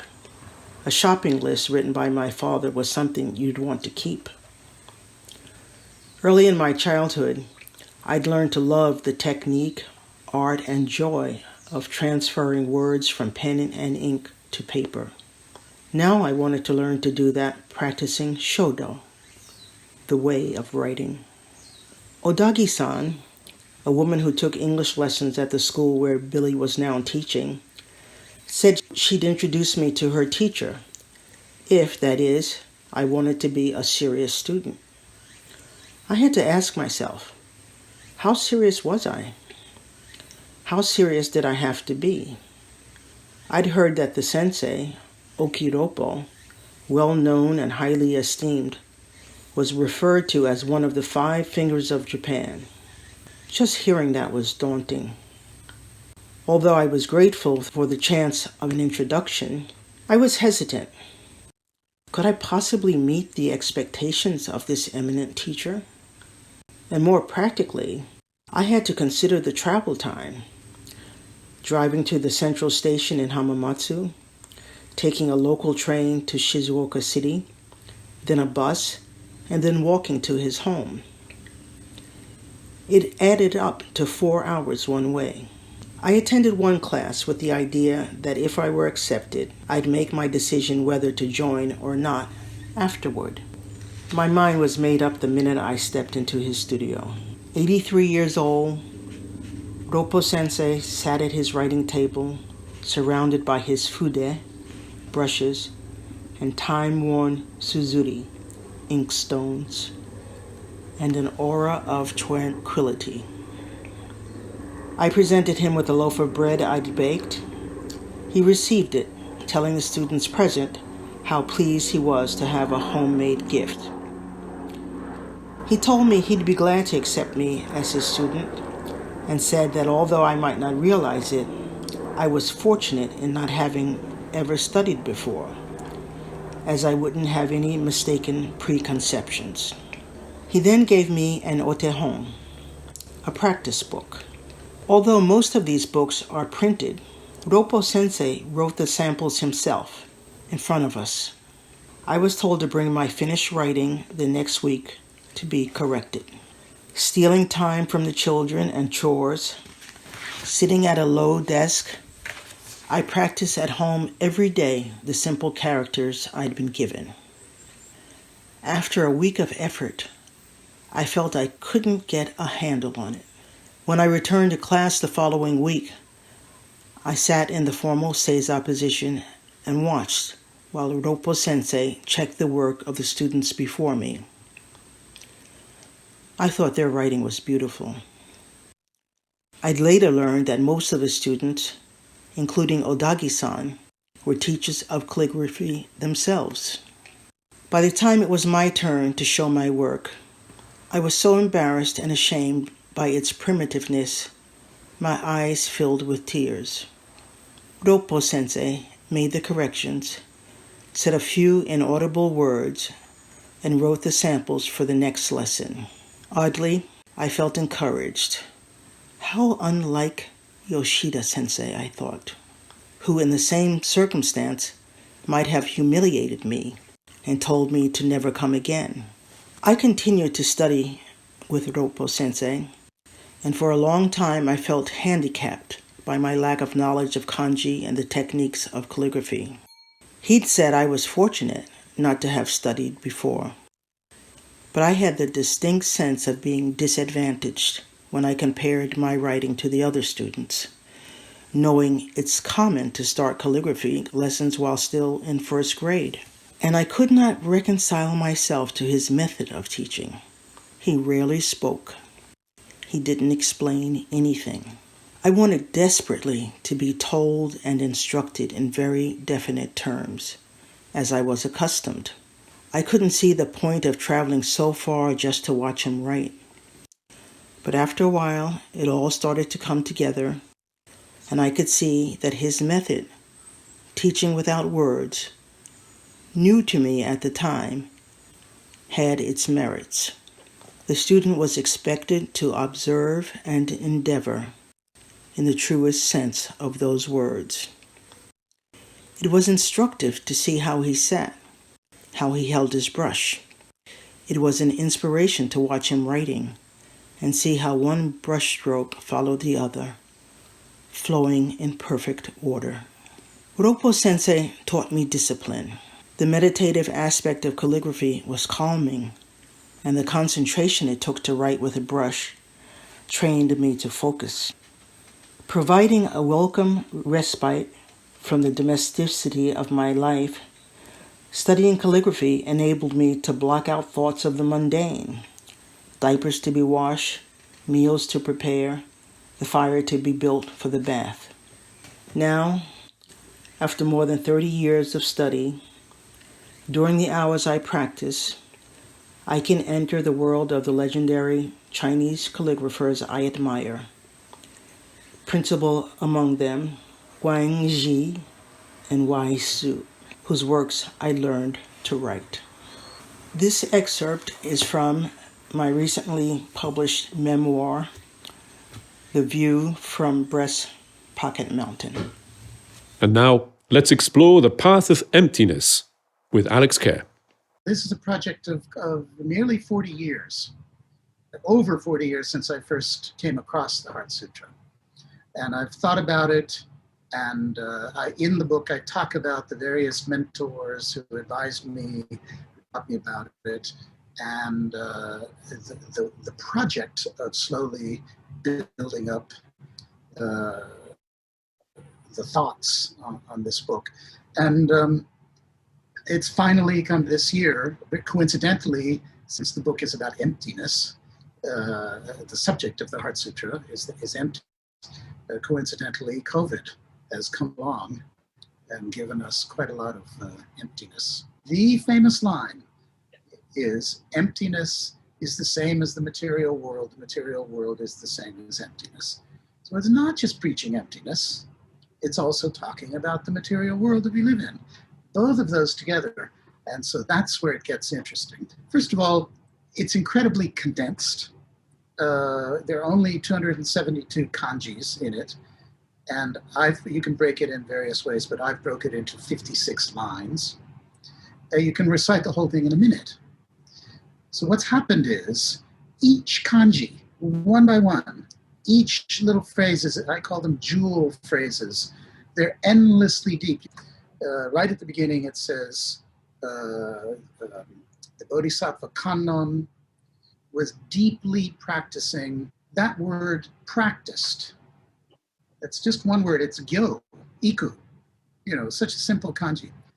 But actually, practice, namely the sheer hard work of attaining some wisdom, of achieving it in your own life, achieving the equanimity that it's talking about, that's the hard stuff. The very first commentator, Koji, who was a disciple of Xuanzang, the first translator, right there in the late 7th, early 8th century, he devoted a third of his book to the one kanji. I think people listening to what you just said would have been surprised to hear you say translate, because we've already been speaking about the fact that it's encoded in kanji. Was it always encoded in kanji? Well, you have touched on one of the most argued things about the Heart Sutra. Supposedly, it was translated from Sanskrit. In 1992, an American scholar, Jan Nattier, showed that it was backwards, that it was written in Chinese and translated back into Sanskrit.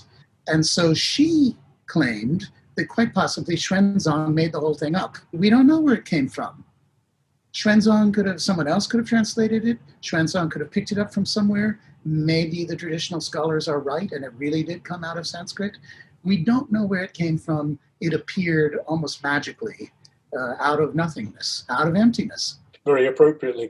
But didn't he actually spend some time in India? And he's famous for being for the Journey to the West, which became a great Ming Dynasty novel.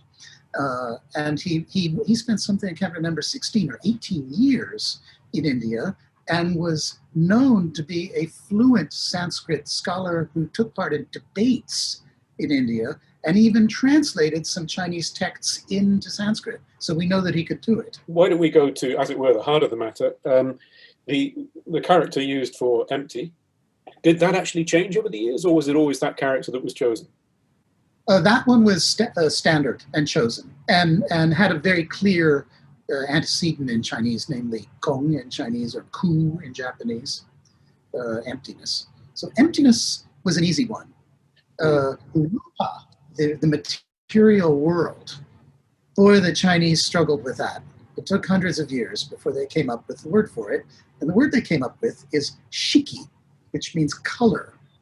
And it's brilliant, actually, because when you think of what are the things that, beautiful people and money and sex and bright colors and sunsets and all that stuff that appeals to us and drags us into attachments, it's color. And so color was a kind of a work of translation genius to sum up the material world. It is the Heart Sutra, but the heart is not actually mentioned. The heart is what the heart of the matter type of heart. Well, that is one of the arguments that have been made. Some people have said it should not be translated as Heart Sutra, but as Essence Sutra. The essence of those huge teachings of 100,000 lines and all the rest of it, of the Perfection of Wisdom group. So it's the essence. But the Sanskrit word, Sridaya, from which the heart is taken, does actually mean heart. It's the heart of things. It's going deep into one's own heart. These questions of real versus emptiness, it's nice to say everything is empty, but let's say you've got a sick child and you're trying to help them. Are you going to walk away because it's empty? Everything's empty? Huh? You can't. So these are issues, and sometimes they're very personal ones. The level to which maybe your own suffering is something to rise above. Can you? Will you? It does touch on the heart. So that's where it links to resilience. It's a way of a framework for coping with the vicissitudes of everyday life. Precisely. And one of the biggest elements of Buddhism in general is that issue of how you let go. The Japanese and Chinese use the word sha, throw away. Throw it all away in order to rise above it. Do you meditate yourself? I've tried over the years, and I'm a bad meditator. So my meditation takes place in the calligraphy. That's when I'm meditating. And so I relate very much to the people that, ever since, by the way, almost immediately after the Heart Sutra was first translated by Xuanzang, within a very short time, the emperor had written a preface for it and carved it into a stela, which has been copied for centuries since. And ever since that, calligraphy has been totally connected to the Heart Sutra. To this day, for example, when you go to the Moss Temple in Kyoto, Saihoji, all guests must first sit in a sutra copying room and copy the Heart Sutra before they can walk in the garden. What's your relationship with Buddhism? How would you describe it as something that is of value in your life? What value does it have for you? To me, it's fascinating because it's the only one of all the religions that talked about two things. One, nothingness, emptiness. There is no God to rely on. And that is existentialism, before the French started talking about it. That is, to me, a deeply thought-provoking and actually helpful concept. That's the first thing. The second thing, which is also unique to Buddhism, of all the religions, was that wisdom was the way out. Wisdom, and that was Buddha's preaching right at the beginning, that it was your mental attitude, if you could rise above desire for things and so attachments, right? That's wisdom. Wisdom was enlightenment. Enlightenment, which means wisdom. Enlightenment was what you aimed for. None of the others talk about that. So to me, at the end of the day, Buddhism is the most helpful. Why would you think people should read Finding the Heart Sutra in this day and age? Thousands of people have written about this over the centuries. It's still a hot topic. There are books published practically every year on this. I have a shelf of books in Japanese, Chinese, and English on the Heart Sutra, not to mention the internet stuff. So this is something that a lot of people have thought about and are still thinking about. And so it's worth knowing. In fact, just by the way, one of the other things about my book is I didn't really write it for Buddhists per se, although I think Buddhists could get a lot out of it because it is such a key Mahayana Buddhist book. But it's really for your average reader who's interested in Asia, interested in Asian culture and philosophy, and would like to know about an important writing. And this is one of the supremely important writings, and yet it's truly not known. So maybe we could just finish by getting some basic details about when the book is going to be available. Is it available now? The book comes out at the end of November, and in Japan, you won't have for some time the actual hardcover book, but the Kindle will be available on Amazon Japan starting the end of November. The director of this next video has had great success this year with a documentary about high school baseball, Emma Ryan Yamazaki. In this short documentary, we go to a temple in Kyoto.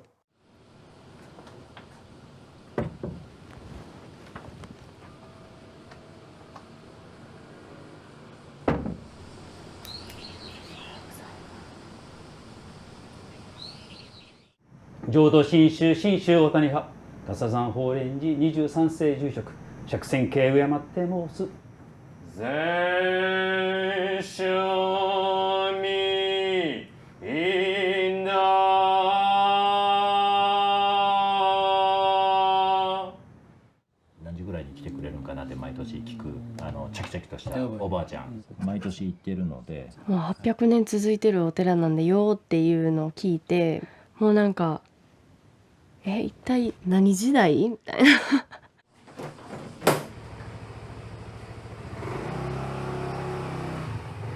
同じ仕事を代々続けていこうってこんだけの思いがないと絶対続いてこないことやと思うから。出ます。計り知れない。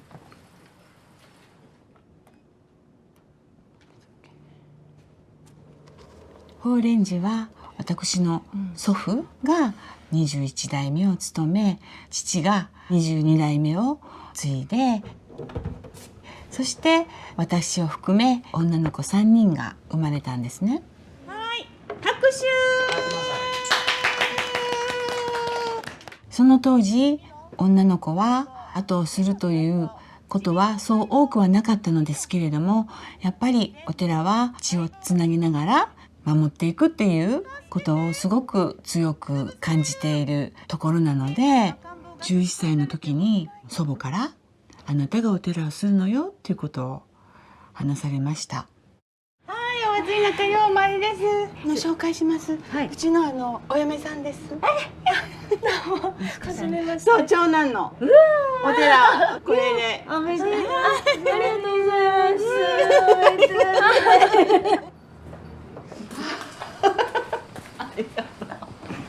じゃあ、あなたがあっちに座ってて、で私がお墓参りにね来たモントさんという設定で「こんにちは」って言わはるから、その時にパッと名前を見て、今までの自分は流れに流されて、本当になんか目標っていうものがなかったなって思う。ようお参りでございます。ご丁寧にいつもどうもお受けいたします。何にも持ってないなって思った時期もちょっとあって、左手で持って倒して、で房はこっち側で並んだんです。私が得度するっていう風に決めたのは、お檀家さんのお家に行ってお参りお勤めさせてもらえたりとか、裏方じゃなくて自分も前に出て仕事ができるっていうのを聞いて、そういうお寺とか何も関わりを持ってこなかった私でも勉強したらなれるよって。ぴったりだね、本当に。はい、何も目標とかやりたいことがなかった自分に初めてじゃないけど、めちゃ真剣にやってみたいな、やりたいな、やろうって思った。どう？ね。お決まりじゃないですか。お決まりですか？祭天子論言中華父生きしこそ。覚えてるやん、そうやん。何です、聞いてんのね。聞いてます。ありがとうございます。ありがとうございます。車の BGM お経やで。ありがとうございます。ありがとうございます。柴田さんやってきました。生ダブツ。生ダブツ。これは懐かしい写真で。それで結婚する1ヶ月前に私が得度を受けた。その写真を撮ったのは僕よ。だから素敵なパートナーがこう写真チャカチャカチャカ撮ってるからさ、他のそんな撮ってる人いないから周りに。満面の笑みじゃないですか。ここのお寺の人たちって過ごしてきた環境ってやっぱ特別じゃないですか。アメリカに十何年間も住んでたりとか。Our vision is the world。いやいやいや。誰が来てもウェルカムなお寺に。そうだよ、そうだよね。だからその若い世代につなげるっていうことは、ただただね仏教のことを言っているだけではやっぱり難しいから、そのきっかけって思うのが、何をみんな求めてるかっていうものに耳を傾けることだと思うのね。その法輪寺がこれをしたいからって突っ走るだけじゃなくて、多分そこのね、キャッチボールをちゃんとコミュニケーションを取りながらしていくっていうのがそのお寺のあり方なのかなって思うし、よくあーちゃんなんかね、一緒にフェスとか行ってちょうど信州は南無阿弥陀仏っていうだけでえんやで最強やろみたいな言ってるのがめちゃくちゃ印象的で。こんにちは。ジョアがいない状態でね、お参り来れるの本当久しぶり。あ、そうですか。ブッダンサラナンガチャミ。ある時4人の子供たちにみんなお坊さんです。法蓮寺の後をしていく条件はみんな持っています。4人で決めなさいと言ってもよかったのですが、やっぱり悪いけど長男のシオンが一番番号をつけるのはね辛いんですけれども、ですから彼の中でそれがやっぱり小学校で将来何になるっていうそういう作文の中で僕はお坊さんになりますっていうことをどういう思いで書いたのかわからないけど、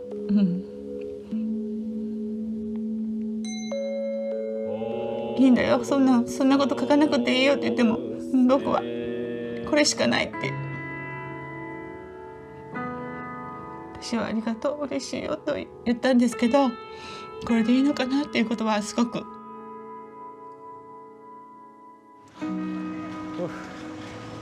だからこそ彼がやっていくと決めた以上は全てのことを彼を中心に進めていく。私がそれをしていかなきゃいけないんだなと。Joaさん、do you like it here? Yeah, you can move freely here, huh? でもアリアちゃんはな、シオン君がやらへんかったらやっていこういう気持ちがすごくあった思うさかいにな。そう、それはねやっぱりなんか今でもあるかもしれん。なんかのきっかけでシオンがやっぱり嫌ってなった時に、じゃあアリアやるっていう気持ちは多分絶対消えないと思う。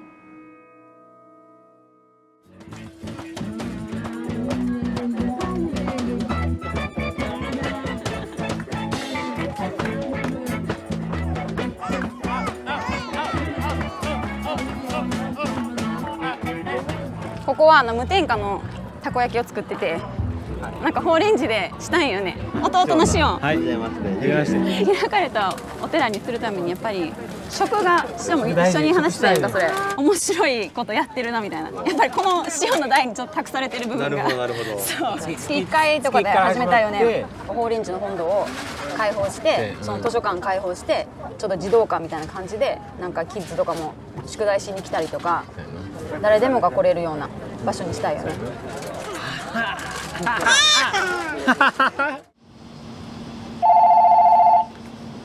私？はい、ホレンジでございます。今年も伺わせていただいてよろしいということですか？そうなんですね。すみません。ぼんぼり様に代わりますので少々お待ちいただいてもよろしいですか？お母さん。また開けるの？おいしょ。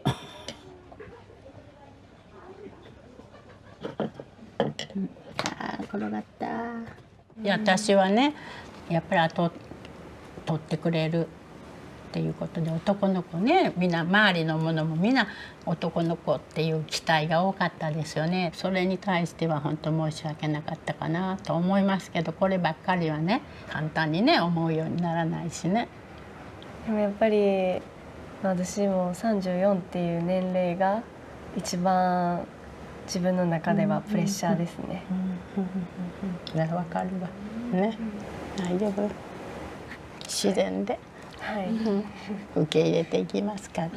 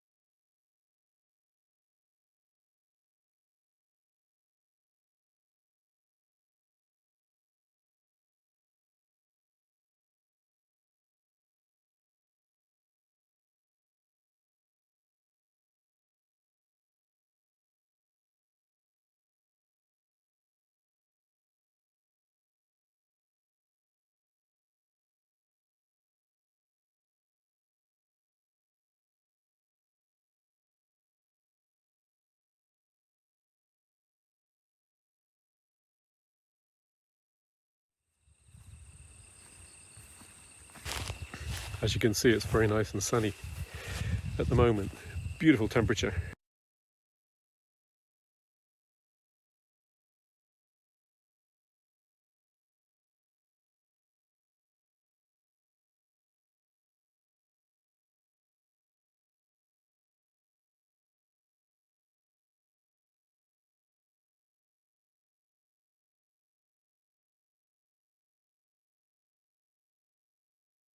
Of a certain kind of flower in April, a different one in May. There are plenty of bulbs that will do well in sun. There's English bluebells and Spanish bluebells. In the English countryside now, you've basically got Spanish bluebells everywhere.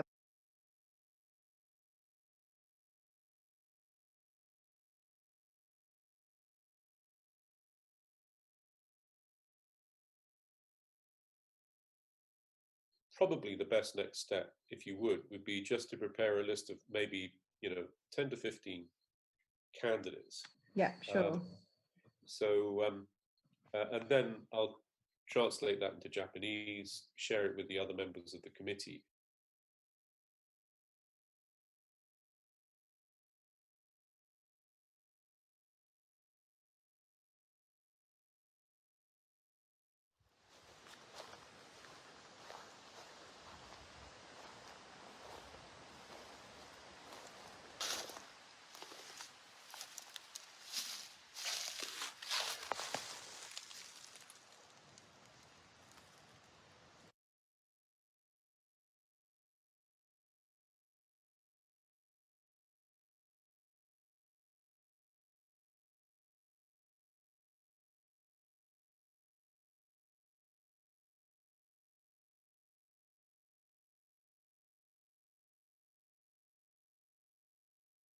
あ、大丈夫ですね。はい。それぐらいの火力をキープしてください。はい。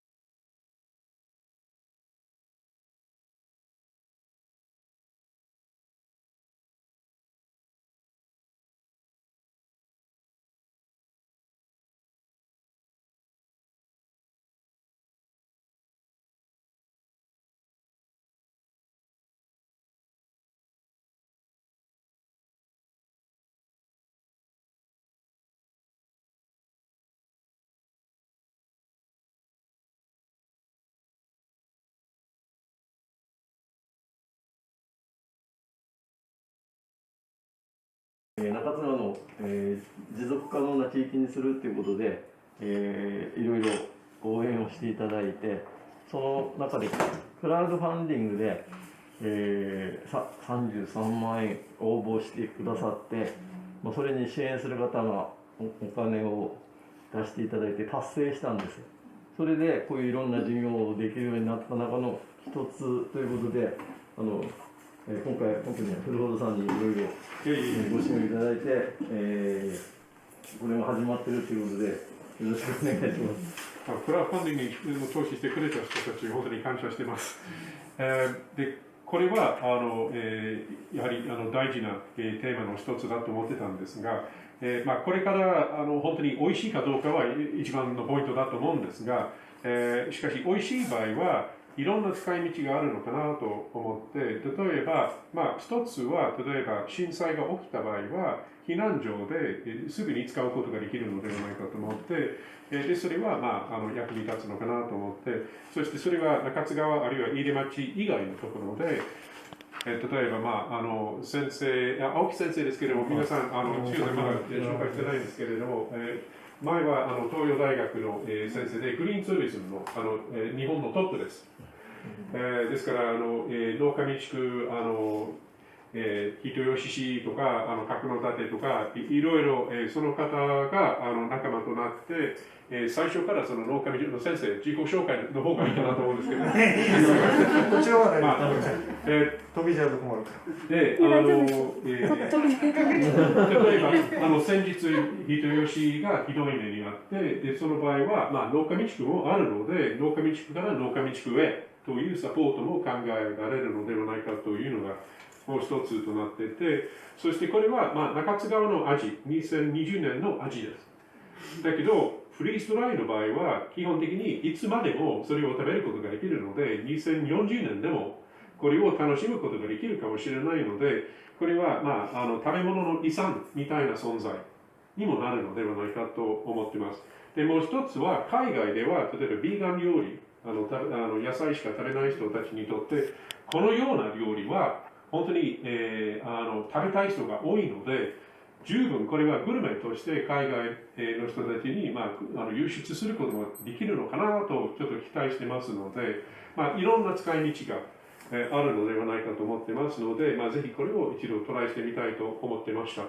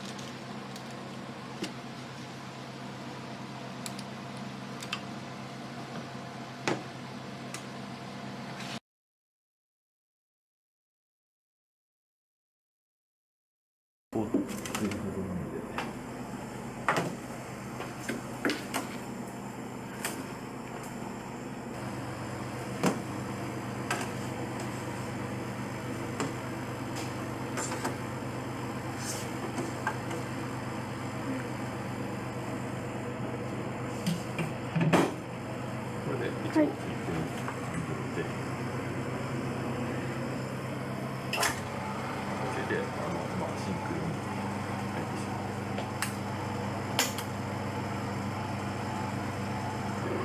これが今あれなんですか、今のこの都内の圧力なんですけど、これがこう乾燥が終わってきますと、どんどんこう、はい。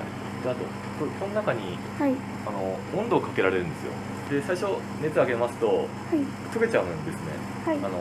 当然のことは、なのであんまり温度かけずにいいものを作るように、温度を少しずつ上げていきますんで。わかりました。切ってるあ、切ってますね。今こうガーってこう、今80切るぐらいですけど、終わると10ぐらいまでいきます。わかりました。ここまでいければ終わりかなって言うんですけど、ここの温度があるんですけど、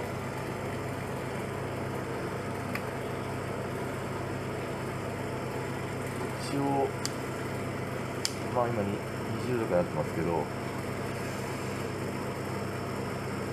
最初10度ぐらいにしてます。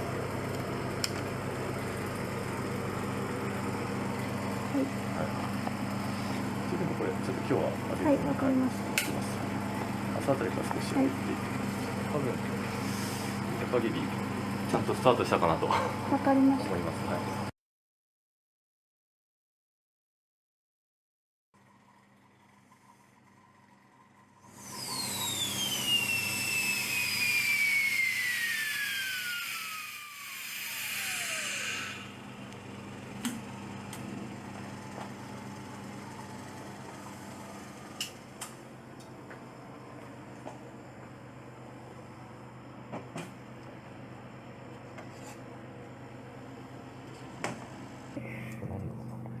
じゃがいもですね。終わってないかな。キノコ？キノコです、あ、ナスかな。ナスですね。ナス。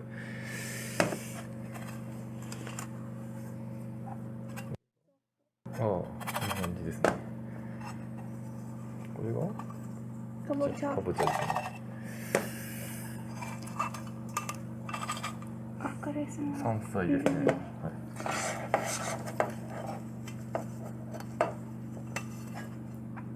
キノコ。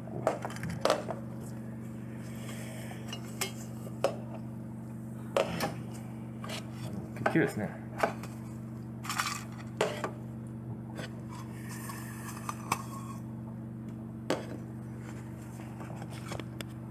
スープだと思う。うん。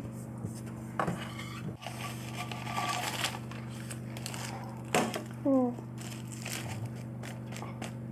そのまま食べてもいいかな。いいと思いますよ。わかりました。まあ、皆さんで。あ、はいはい。はい、よろしいですか。はい。はい。これやっぱりお湯、もちろん入れた方が。お湯が入れた方がいい。これもまあ。みんな美味しいけど味付いてるでしょ。これは煮物。煮物。なんかスナック食べてるみたい。ナスも美味しいですか。お湯かけなくてもいいよっていうなんかセールスポイントにも。これはどうですか？美味しいです。味そのままですか？これ作ったんですよね。作ったんです。何が違うんですか？3種類のキノコが入ってます。なんか味濃くなったりしてる。軽めみたいな。辛めみたいな。スープとしてもこのままお湯でスープで食べられるし、あとその他の料理にも使えるように薄味、ごくごく薄味にしてるから、キノコ本来の味を損なわないように。ラーメンの上にあげて。これなんだか。すぐにお菓子になりそう。First of all, I'm really happy with it, which you can eat in its freeze-dried condition, and it's just a great new sweet. So that was great.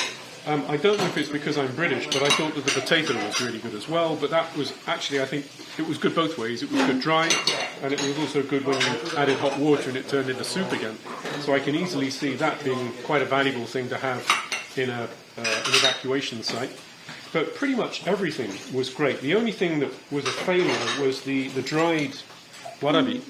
But then when you actually add the hot water, you can taste that it's actually got potential again. It tastes very much like it was originally. But overall, very impressed. Another one would be the pumpkin, which when you turn it back into pumpkin, it really tastes like really good pumpkin. So generally speaking, it was all good. Thanks.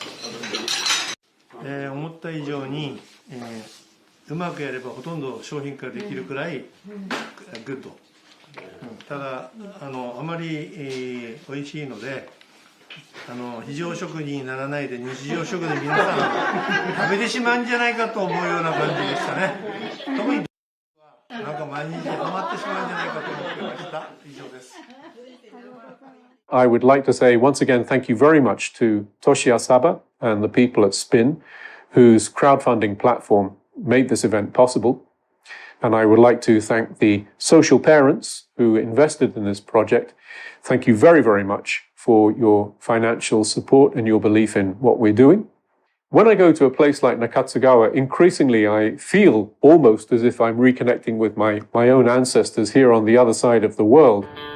And I think that it's important because I feel a sense of duty to them to live life in an appropriate way, in a way that would not disappoint them. And I think this in itself is perhaps the foundation of a resilient lifestyle. So I hope that what we've been looking at today can provide some kind of a framework for you to think along those lines in the future. Thank you very much for watching.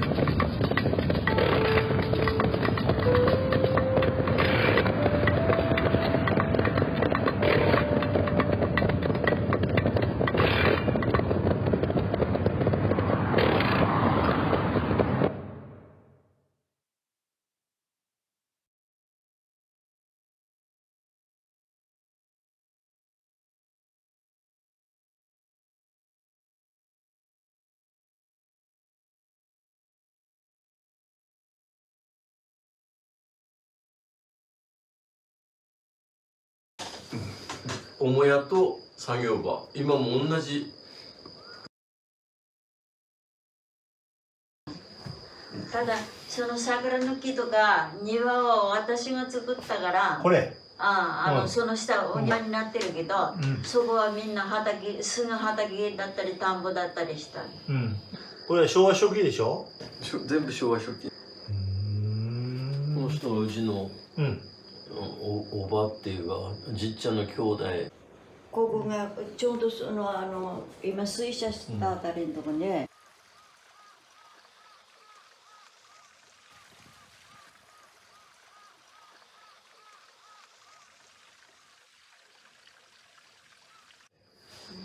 頼まれて、うちのじっちゃんは頼まれてみんなの写真を撮ってたそうなんで、こういうのがいっぱい残ってる。女の人だね。この頃カメラ持ってる人が少なくて。ほら、いい表情。ここの隣のばっちゃん、ばっちゃんだったので、もう亡くなって、どっちも2人とも亡くなって。平山さんと加瀬崎さん。これは二十歳くらい。二十歳より若いぐらいですね。若いね。で、その変顔がいいですよ。